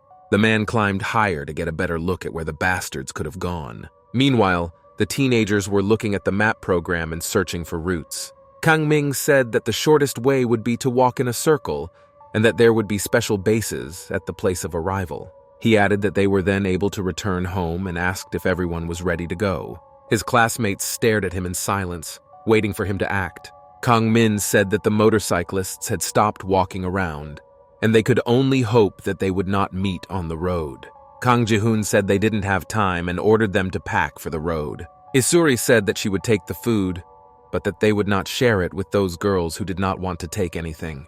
Two girls attacked the food on the table. It was Isuri and Soyon. There was an awkwardness between them, and the two of them stalled. Soyon started to speak first, but stuttered. In the end, she said she would take half. The teenagers set out on the road. Park Choa and Song Yeon were walking behind me, and they were discussing Isuri, saying that she was very arrogant. Xiong Young said that at school, Isuri acted like a queen and the other girls hated her for it. Park Choa asked if her classmates still held grudges from the past, and she answered in the affirmative. Meanwhile, the teenagers reached the bridge. Kang Min said that they all got a little closer to the Han River. The guy added that he hadn't seen any monsters, so he didn't know if it was possible to cross the bridge very quickly. Park Choa stopped for a second, as if she had noticed something. Kang Min saw this and asked the girl what she noticed. At first, Park Cho didn't want to share and simply brushed it off. And then she said that these cells, she felt as if they were watching them all. Kang Min didn't take these words seriously and said that Park Choa was just making herself up, but she didn't want to believe it. Meanwhile, Yeon-woo felt sick again and started breathing loudly and deeply. He looked around but saw no danger. But his arm started to hurt and tremble, and he thought it was just a reaction to the cells. Isuri was walking behind us, and she noticed that Jeonwoo was trembling and acting strangely. The girl came closer and asked him how he was feeling. At first, Yeonwoo did not realize who had approached him, but it distracted him from the pain. Soyon was walking behind them and overheard the teenager's conversation. She seemed to be angry, and Isuri demanded from Jeonwoo that he share with her what happened to him. The girl seemed to be kind and caring, as much as she could be, and asked him to share with her everything that Jeonwoo was feeling. Soyon could not understand what was going on between the two. Then, Kang Min suggested taking a break because he was hungry. The others supported the idea, and Jeonwoo turned his attention to Soyon. The girl was also looking at him, and they met her eyes. After that, Soyon simply turned around and left. Jeonwoo followed her and asked her not to go alone. The soybean stopped, and so did the boy. They stood still and looked forward. There was a fire in front. Something must have happened on the riverbank because there was dark smoke coming from there. Sung-yeon was chatting with someone on her phone. She found something interesting because the cut of her face had changed. Then the girl called Park Choa. She told her classmate that she had found out something, but first she had to find out where they were. Isuri overheard their conversation, even though they were trying to be quiet. She asked the girls about it. I asked who they had just spoken to. Sungyeon exploded and asked if Isuri was mocking them or if she had to report all her phone conversations to her. But Isuri replied that Seon-young was only talking in vain and wasting her time and Isuri's. And then the girl added that if Seong-yeon had been paying attention to the map on her phone, she would have known where they were. Then she turned and looked at Seon-young. She called her stupid and said that it was hard to keep up with her. Isuri turned around and left, finally asking Seon-young to be quiet for a while. Otherwise, her patience would not last long. But Seon-young fell for the provocation and called Isuri names in response. Meanwhile, 2 people were running to the company. They shouted that they were in a terrible situation. It was a blogger and his partner. They were calling the company for help and could barely run. The guy in disguise was happy to see the teenagers. He hugged Kang Min and said that they had come to help them. But the teenager did not understand who he was. The blogger told them to be serious because the teenagers came here because they had seen his broadcast. Isuri stood there with a stony face and did not understand what was happening. The blogger opened his arms, hinting at a hug, and said that everything happened too fast. But he would hug everyone as he promised. Then a fire extinguisher was put in his face, which served as a flamethrower. Isuri asked with a serious face what this guy was doing. Meanwhile, the events moved to the basement where Choi and Honmi were. The homeless man tried to open the door, but the bastard locked him in. He was worried about Honmi, because by the time the soldier returned, she would be dead. Suddenly, Honmi coughed. The girl opened her eyes and began to show signs of life. Then she looked around and asked where she was. Choi was so excited when Honmi woke up that he pounced on her with questions about how she was feeling. The homeless man came closer and said that her friends had come to see her, but because of her severe wound, they all assumed the worst. Choi said he checked her wound and it wasn't very serious. Hong-mi looked down at him and didn't look at her husband. The girl could barely speak, but Choi's words struck her. Hong-mi asked if he had saved her, and then the girl said she was deceived and betrayed. She spoke very slowly, pausing between words. Choi listened attentively to the poor woman and did not interrupt. He asked Hong-mi to tell him what happened. The girl began to remember, and her head lifted. After a short pause, she said that a friend had betrayed her. Hong-mi began her story. They ran into this room. It seemed safe. In fact, the girls were running away from Kim Min-ju, who had become infected and was chasing them. My classmates ran down the stairs. They didn't look where they were going. They just ran.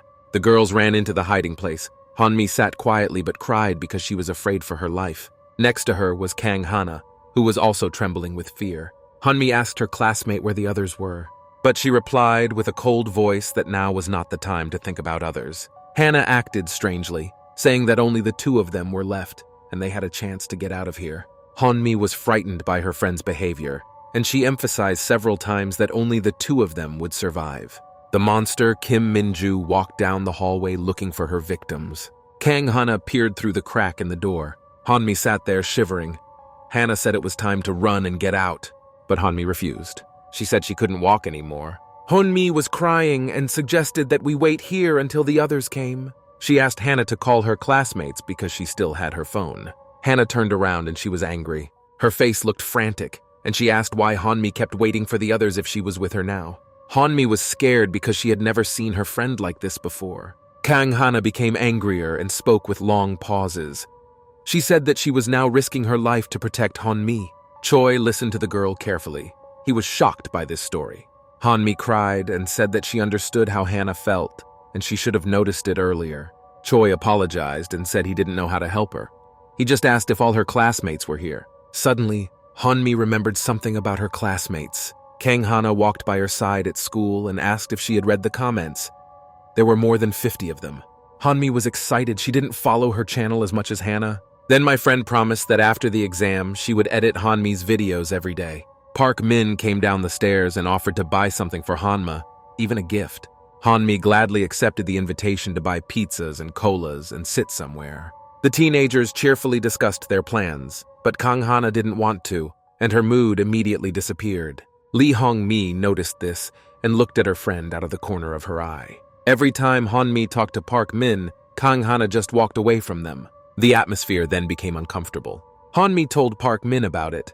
but now she regretted it a little. In the end, Hannah couldn't take it anymore. Then another monster came into their room. The girls were scared, but they had to run. The monster opened the door from the other side and entered, blocking the passage. The girls screamed in fear.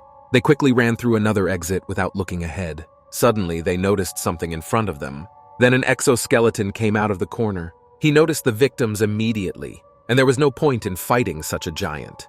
The monster immediately attacked the girls. He was very fast. My classmates froze for a second. Then Kang Hana grabbed Lee Hongmi's hand. She ordered the girl to distract the monster, and Hanmi could not understand what was happening. Kang Hana told Hanma to stay here and she would go look for help. She wanted to say that her friend had also dumped her, but she didn't have time because Hanmi had escaped from her arms. Before she knew it, a huge monster growled in front of her. Hanmi's eyes showed fear and despair. She realized that it was the end. The exoskeleton cut through the girl's body with its bone paw like a skewer. That was the end of the story. Choi tried to calm Hong-mi down and said that her friend was having a hard time at school. The homeless man said that Hannah did not kill Han-mi, but saved him because she used herself as bait. But Han-mi didn't understand what Choi was getting at. He explained that Hannah had lured the monster to her friends, but left her behind. It seems that her friend loved her too much to betray her. The homeless man stood up and said that the person Han-mi considered an enemy had sacrificed himself in the end. But Han-mi still had a hard time understanding this. She had never looked at the situation from this angle. Then Han-mi started calling the homeless man.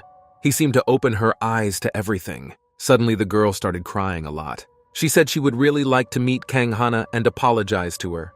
Choi said there was no time to be sad. Han-mi did not understand. She missed so much because she was unconscious. Choi said that Hong-mi's friends were in danger and that the man who locked them in here was looking for the teenagers. The homeless man looked at the only window in the room. He said they had to get out of here somehow. He turned to Han-mi and asked if she could get up by stepping on him. Meanwhile, the teenagers watched the channel of a blogger who came to them. The guy could not believe that they did not know him and were seeing him for the first time. He said that they were cheating because he was facing the hottest blogger in Seoul. The blogger's partner whispered in his ear that the teenagers really didn't know him, but he ordered him to shut up. Isuri asked what the bloggers had forgotten in such a dangerous place and reminded them that they were running from someone. The blogger said with a smile that there were underwater monsters and they were running away from them, and then asked what they were doing here. Isuri didn't answer because she was the first to speak, and then she asked what they were filming. But the blogger said it was too many questions. Isuri was angry at this childish behavior. She asked him to tell her what the situation was on the Khan River. For some reason, the blogger kept smiling and asked if the teenagers were going to that particular river. Then, behind the blogger, his partner shouted that he would not go there again. The guy told him to shut up and speak in a whisper. The blogger said that if the teenagers were going to the river, they should have told him in advance, because it was the perfect time to go for a walk there.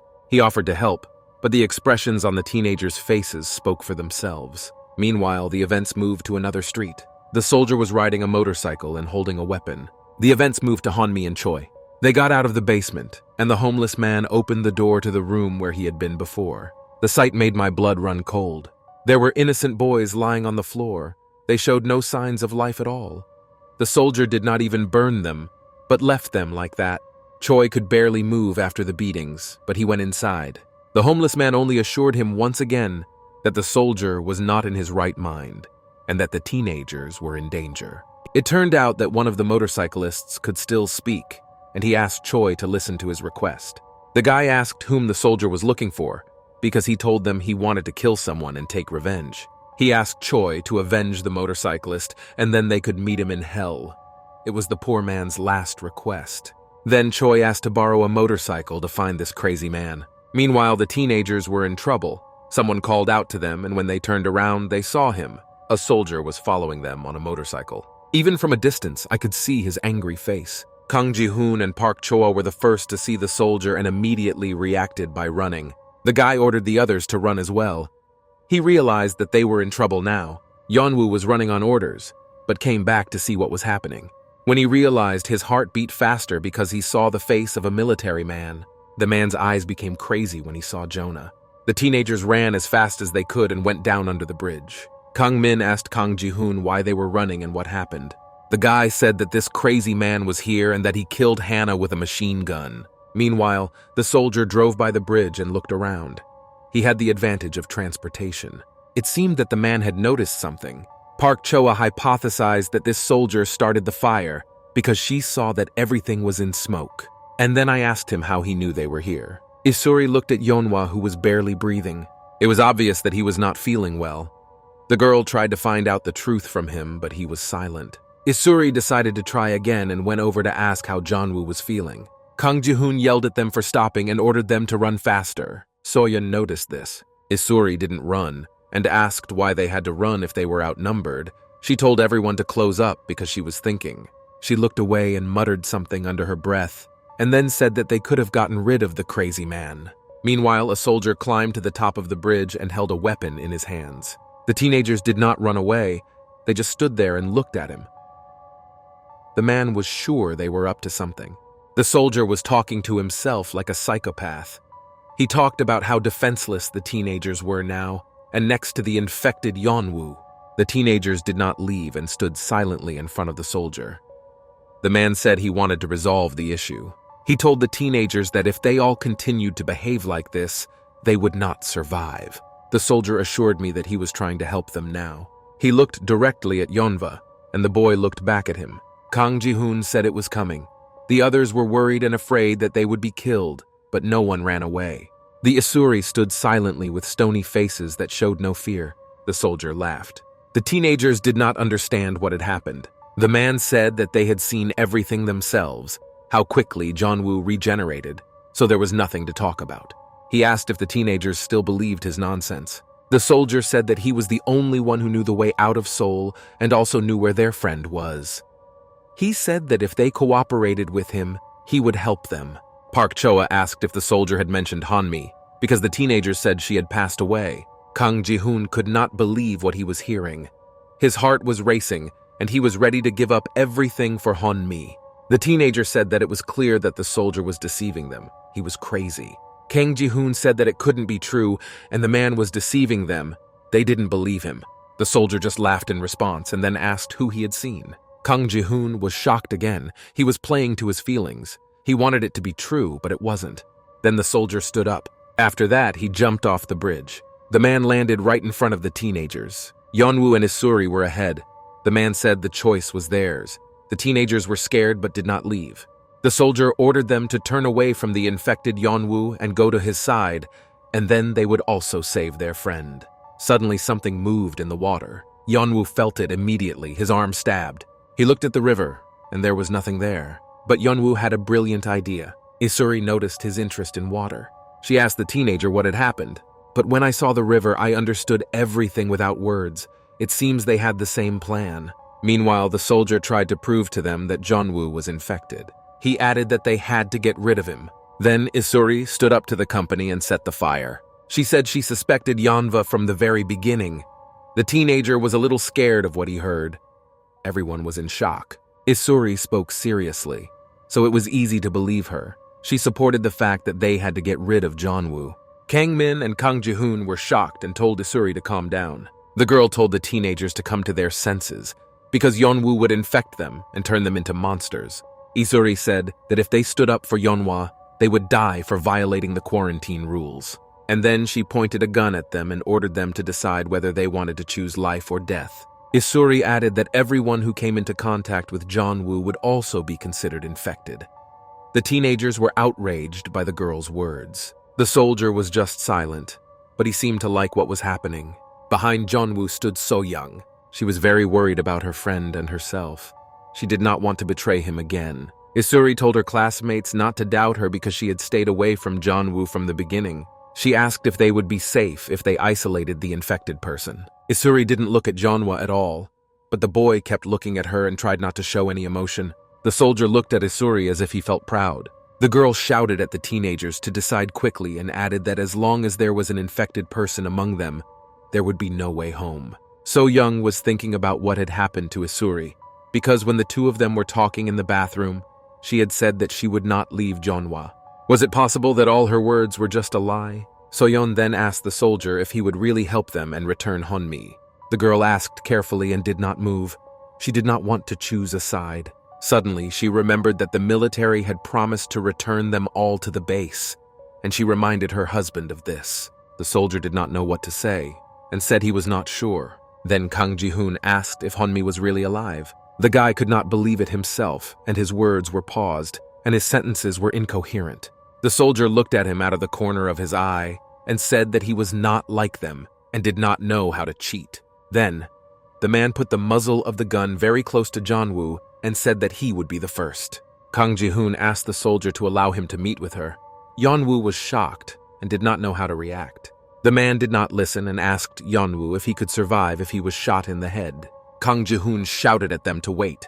Behind the soldier, Isuri stood with a fire and looked at Kang Ji-hoon. She whispered to the boy to be ready because she was going to set the man on fire when he attacked him. Kang Ji-hoon was shocked. He didn't know what to do because he wanted to meet Honmi. He looked at the soldier. He could not believe him, but the deception was so sweet. Then he just ran without thinking to attack the soldier. Suddenly something happened to his legs. They didn't want to move. He wondered what if Honmi was really alive. The risks were too great. Isuri was furious that the boy had made a mistake. A soldier noticed this. He asked what Kang Ji-hoon was trying to do. Meanwhile, Yeon-woo stood there panicking, trying to think of a plan. The soldier asked if Ji-hoon wanted to save this infected man. He smiled at the teenager and asked if he really thought he could do it. Then, Soyon intervened and told the soldier to wait and not to do it. Suddenly, Park Cho ran away. She wanted to attack the soldier. Everyone was against her husband. The girl simply leaned on the soldier with her entire body and weight. And then they flew into the river. The guys were in a stupor and did not know how to react. The soldier came out and screamed.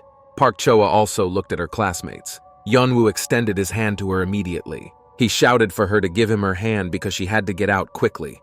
Yeon-woo knew there were monsters in there. Park Choa grabbed hold of the teenager. They took her out. Others also came up and asked how she was feeling. Meanwhile, the soldier was drowning behind him and cursing the teenagers. Isuri told him not to turn his head and not to scream. She came closer and asked where Honmi was. But the man just laughed and said he wouldn't answer. Isuri asked again if Honmi was alive and promised to help if the soldier answered. The man said he would not believe them anymore because the teenagers had just betrayed him. Isuri called him a fool and asked if he would regret it later. Meanwhile, Yeon-woo was hanging around Park Choa. He didn't expect this from the girl and wanted to know that she was safe. Suddenly something shocked Yeonwoo. Sung-gyeon was screaming near So-young because her hand was covered in blood. She screamed and called others for help because Soyon was badly injured. Others immediately ran up to the girl, asking about her condition. Yeon-woo looked at the river. The soldier asked him why he was looking at him. Suddenly, Yeon-woo became completely angry. His emotions were running high. He pointed his finger at the man again and ordered him to die. But the soldiers said that they would all die now. Suddenly, monsters appeared from under the water. The man noticed and came back. There were more and more monsters, and they were getting stronger. The soldier screamed and called for help. Yeon-woo enjoyed this spectacle. The events moved back in time to a running competition. There were several girls at the start. Isuri had to run, so she prepared herself and breathed deeply at the top of her lungs. The man gave a sign and the competition began. Isuri was ready. She ran quickly. The girl was giving it her all. The coach supported them from the stands. The girl was in front, running as fast as she could. There was still a little more to go, and then when the girls reached the finish line, they could relax. They all fell to the ground to rest. Isuri was breathing loudly. Her heart was beating furiously, but even now she did not show her emotions. The scoreboard showed the best results. The events moved to the locker room. A friend was telling Isura how cool it was that their class was going to Sella because her classmates had never been there. Isuri remained silent and did not answer the question whether she would also go. And then the girl came out and said she hadn't decided yet. She added that she had no close friends anyway. The events returned to real time, where the soldier was swimming in a river with monsters. They sailed straight to him on Yeon-woo's orders. The man climbed out and shouted to the boy to help him. The guy turned and looked at this crazy man who was begging for help. The soldier said that he had saved Yeonwoo when they first met and helped him find friends. The monsters were almost near the man. He stood on the pier and begged for help. But Yeon-woo did not listen and kept walking, and Isuri ordered him to leave. The guy said that there was no need to run away because he would not do it again. He explained that he had been using monsters from the very beginning to kill this madman. And now, there was no danger, and they didn't have to run away. Soyon could barely walk, and Yeon-woo looked at her. He had done all this for her. The guy tried to say something else to Asura but did not finish. The girl stood there in disbelief, waiting for an explanation. But it turned out that Yeon-woo had sensed the monsters again, and they were not the ones he had summoned. The military came and these animals attacked them. They tried to repel them with fire. The soldiers were saviors who protected the area near the river. Isuri said to hurry up and go, but Yeon-woo was very sick. He explained that when his emotions intensified, his cells became sensitive and it was somehow transmitted to the monsters.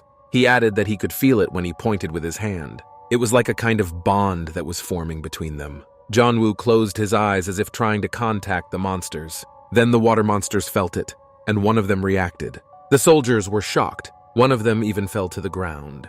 The monster turned and looked back. Yeon-woo stood before him. The monster just looked at the boy, did not go anywhere and did nothing. Yeon-woo stretched out his hand and looked back at the monster. After that, all the monsters just went back into the water. The soldiers could not believe what they were seeing. They started shooting at them, but the monsters did not react and just went back into the water. Yeon-woo could barely stand up after that. Isuri asked him what he had done. The guy said he didn't know it, but the monsters did what he wanted. But there was one problem. When he did it, he felt as if something was wrong with him. That spot appeared on Yeon-woo's face again. The teenagers had already climbed the mountain and were waiting for them, and Kang Ji-hoon called his classmates. At the same time, they offered Soyon help with her wound. Park Choa looked at her poor classmate and took off her briefcase. She said it was all very strange. After that, she took off her shirt and said that it was she who pushed the soldier. But why did Soyon get hurt? And then, Park Choa gave them a sweatshirt, turned around, and asked them not to look at her so evilly. Soyon asked if she had done something wrong or if no one cared. Suddenly, someone honked at the teenagers and they turned to the sound. It was a van, and it slowed down when it approached the teenagers. The window went down and there were bloggers there. The guy called them all over. The company looked at each other, but there was no other way out. They all got in the car and drove to the place where the bloggers were taking them. The blogger asked if they had seen these new monsters yet, and then he said that he saw a soldier pointing a weapon at them. The teenagers were surprised by this. He smiled and asked if they hadn't gotten it yet. It turned out that a blogger had filmed them, everything that was happening on the river. Moreover, it was a broadcast for his blog and others saw it all. The blogger said that thanks to his viewers, he helped them. And then he asked if the teenagers had asked him why he was helping them. But Kang Ji-hoon said that the boy hadn't done anything special. Isuri simply thanked him for his help and asked him to take them to Cannes. The blogger asked what happened in that city and asked if they were all non-locals. But Isuri said not to ask too many questions. The guy quickly agreed. Then the blogger continued to broadcast and tell the audience something. The bridge, which was completely clogged with cells and eggs, became clean. It looks like the soldiers did their best. So-young and Yeon-woo sat next to each other and were silent. And then the guy started talking.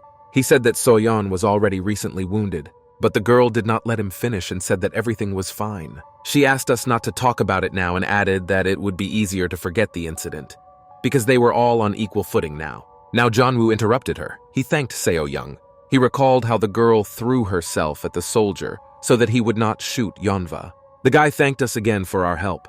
So-yeon said that Yeon-woo had saved her many times before, so it was nothing. Suddenly, the driver slammed on the brakes. Everyone flew forward. No one held back because there were too many people. The blogger leaned out the window and asked what happened.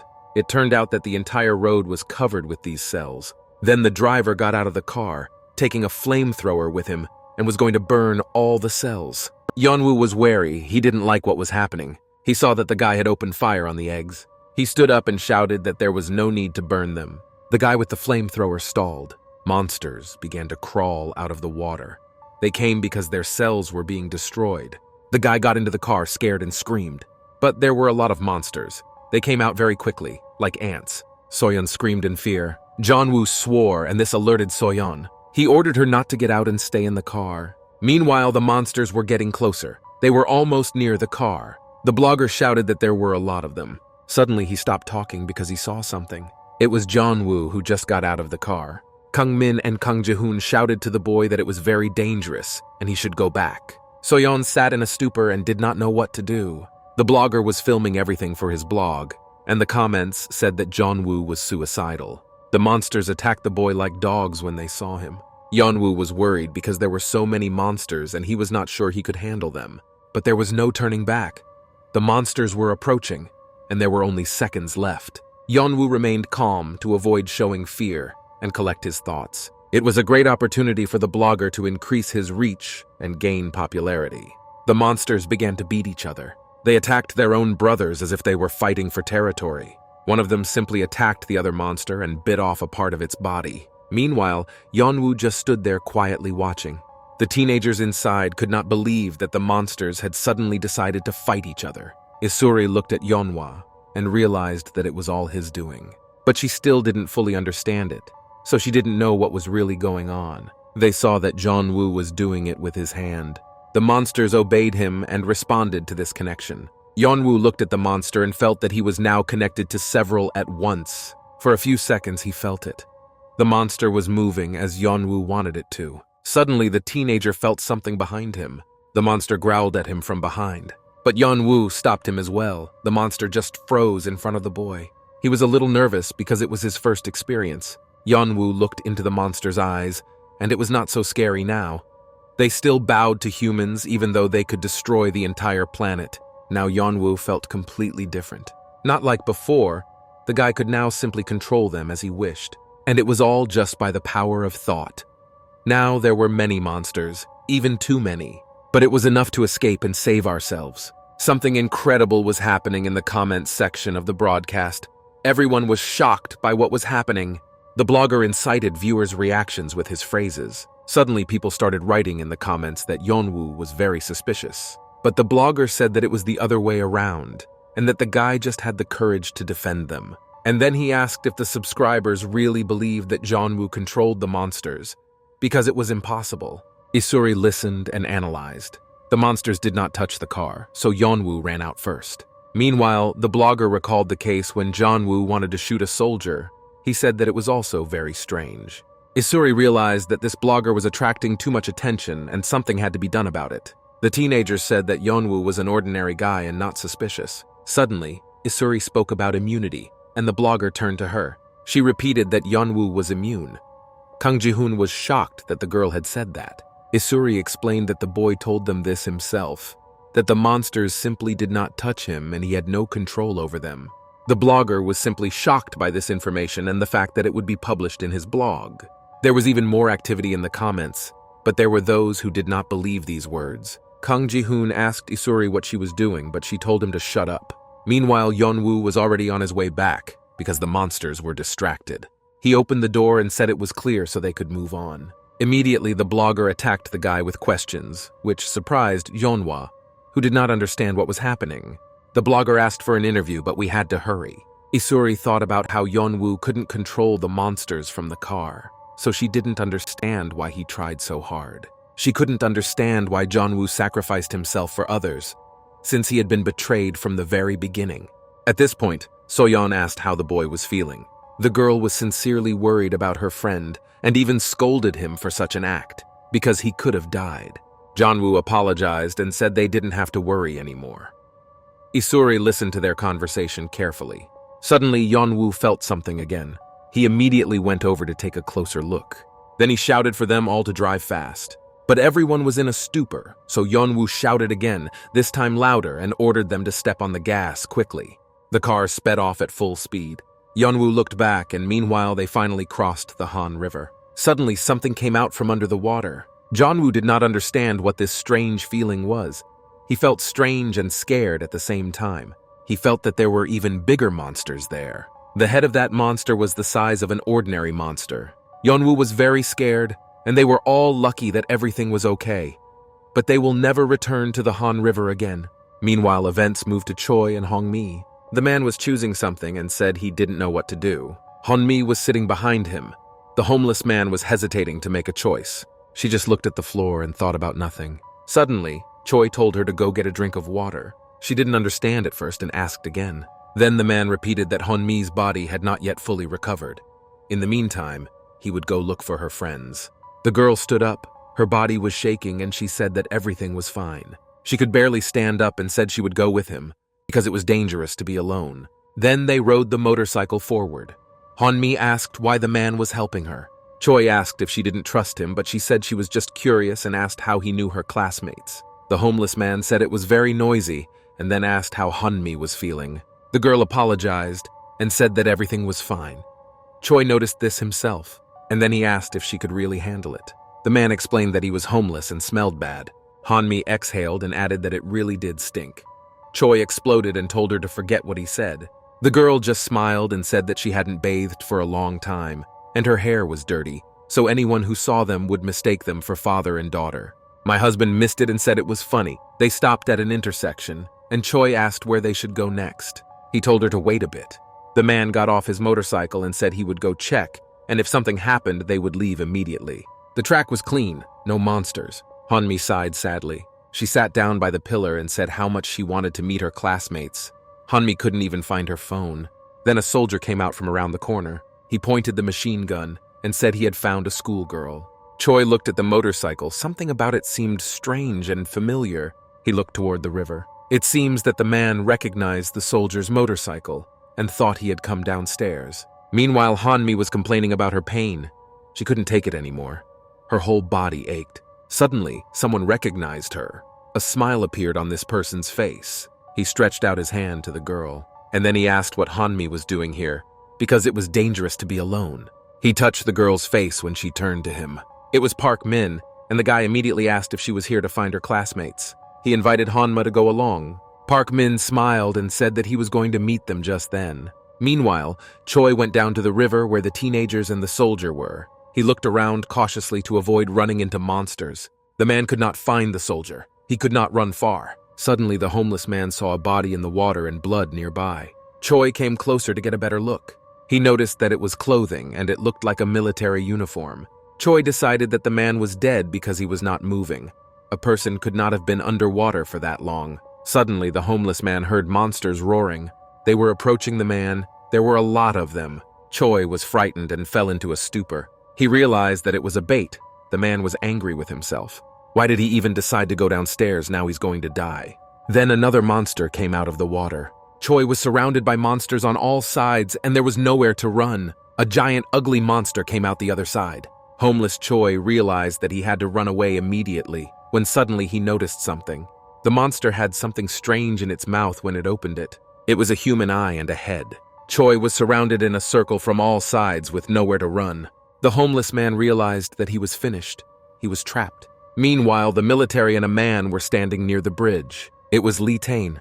He called the monsters children and said he was going to blow them all up. He asked the monsters if they had heard him. One of the monsters paid attention to him. Lee Tane pointed his hand at the monsters and ordered them to stop suffering nonsense and do a good deed before dying. The man was laughing. He was having fun with everything as usual. It was as if the monster was under hypnosis and followed all the commands. Then, all the monsters just ran away from the homeless man, and Choi was shocked. Suddenly, someone ordered the man not to make any unnecessary movements. He turned his head and saw soldiers pointing their guns at him and saying that they would have to shoot him if he did not listen to them.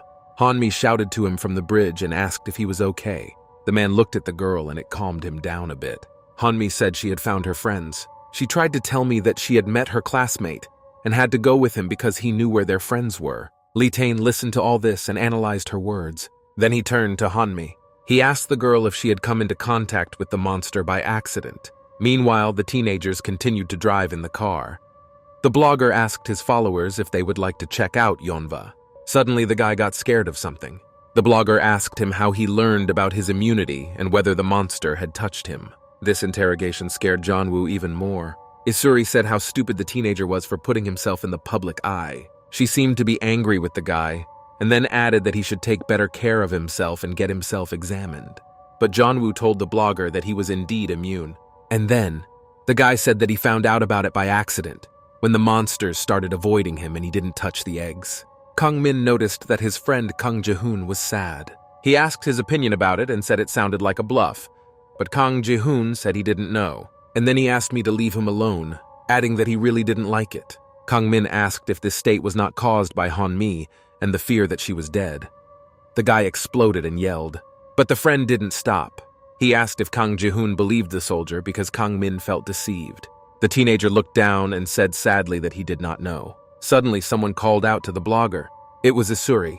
She told them to drive faster and look ahead at the road. They drove up to a place where there was a traffic jam and a lot of cars. Soldiers stood there and inspected everyone. The teenagers were halfway through. The blogger told his followers everything, and it seemed to last for a long time because he was under control. Isuri said that this was exactly what she was afraid of. She added that she should behave as usual. She hoped that it was a regular patrol and that they would not check too much. She told everyone not to panic, to just watch what they do with the other cars. Sungyeon asked what happened and whether they could not pass. Park Cho noticed Seo-young, who looked very bad. She asked the girl how she felt. Soyon was silent and just looked at her classmate. Her face was pale and wet. Park Choa said something about this and asked if it would have been better to give So-young medicine, but the girl said that the pain was tolerable. In fact, it was not like that. So-yeon could barely cope with it, but she was angry that she was the only one with such a problem. She thought that someone like her was destined to die a long time ago, and it really annoyed her. Meanwhile, their turn came, and the soldier stopped the car. The bloggers opened the windows and greeted the man, saying they wanted to get to the other side. The soldier said that the road was under control and ordered them to turn the car around, as instructed. But the bloggers said they should immediately take cover. But the soldier said that there were too many people there, and then stopped talking for a second. He was shocked that there were so many people inside. The blogger said that there were only 9 of them and they were all his brothers and sisters. Then the soldier said he would check their car. More soldiers came up to them and told them that these were quarantine rules and ordered them to roll down the window. The soldiers put their guns to the windows. The teenagers behaved calmly and did not show any signs of distress. Suddenly, the man noticed something. He pointed to Soyon, who was holding her wound with her hand and looked bad. He pointed at her and said that the girl was infected. Soyon was scared and shivering. They began to defend her and prove the opposite. They swore that Soyon just broke her arm and honestly had no contact with the monsters. Then she was taken to a shelter and provided with medical assistance. Her arm was rewound. The medic said it was a gunshot wound, but he didn't see anything suspicious, so the girl should be released. The man was very nice and wished Soyon a speedy recovery. The girl was polite and thanked the doctor. She came out of the tent, but suddenly Soyon stopped. The girl turned and looked at the men who helped her. After that, Soyon decided to go back inside. She began her uncertain conversation and the men turned to her. Soyon apologized for everything that happened. She looked down and was as unhappy as possible. The girl said that it was very painful for her, so she did not want to do it. Then there was a short pause. Soyeon asked them to let them out of Seoul, adding that it was very difficult for her. She said she really wanted to get better and then she just cried. The girl looked so bad that you wanted to feel sorry for her. She begged and looked them straight in the eye. 2 grown men could not resist the child. Meanwhile, the others were still sitting in the car, and when they saw their friend, they became more animated. The girl was next to a soldier, so everyone thought something had happened. The soldier stood in front of the car and wrote something on a piece of paper. Then, he put it in the car and said it was a permit to leave and ordered me to put the piece of paper on the windshield. The soldier said that it was very difficult to leave Seoul now, but they would help them. The man said that they had to turn left in 300 meters. Meanwhile, Soyeon crept up to the car window. She knocked on the door and the girl looked very happy. The soldier radioed that a car was coming and opened the barrier. And the car with the teenagers just drove by quietly. They will finally get home and leave Seoul. Everyone in the car was shocked and became very animated, pouncing on Soyeon with questions. The girl was all smiles and said that she had just shown her tears to 2 grown men and that was it. Sungyeon hugged Seo-young, saying it was cool. Everyone was incredibly happy. Kang Min shouted that they would finally get out of this cursed Seoul, but Kang Ji-hoon ordered him to shut up. Kang Min ignored his friend and told Seo-young that she was a great sport. Seon-young said she was going to start crying. Everyone had been waiting for this moment for so long, and it had finally come. Suddenly, she noticed something on her phone and it changed her expression. She showed the others the correspondence on her phone. Her voice sounded very excited. She pointed and shouted enthusiastically. Sungyeon called out Lee Hong-mi's name. Kang Ji-hoon immediately turned to the girls. She showed me her correspondence with Park Min, and he sent a photo of Lee Hong-mi. It was definitely her. The military checked her. There was a lot of blood on Hong-mi's t-shirt, but the main thing was that she was alive. It was just incredible.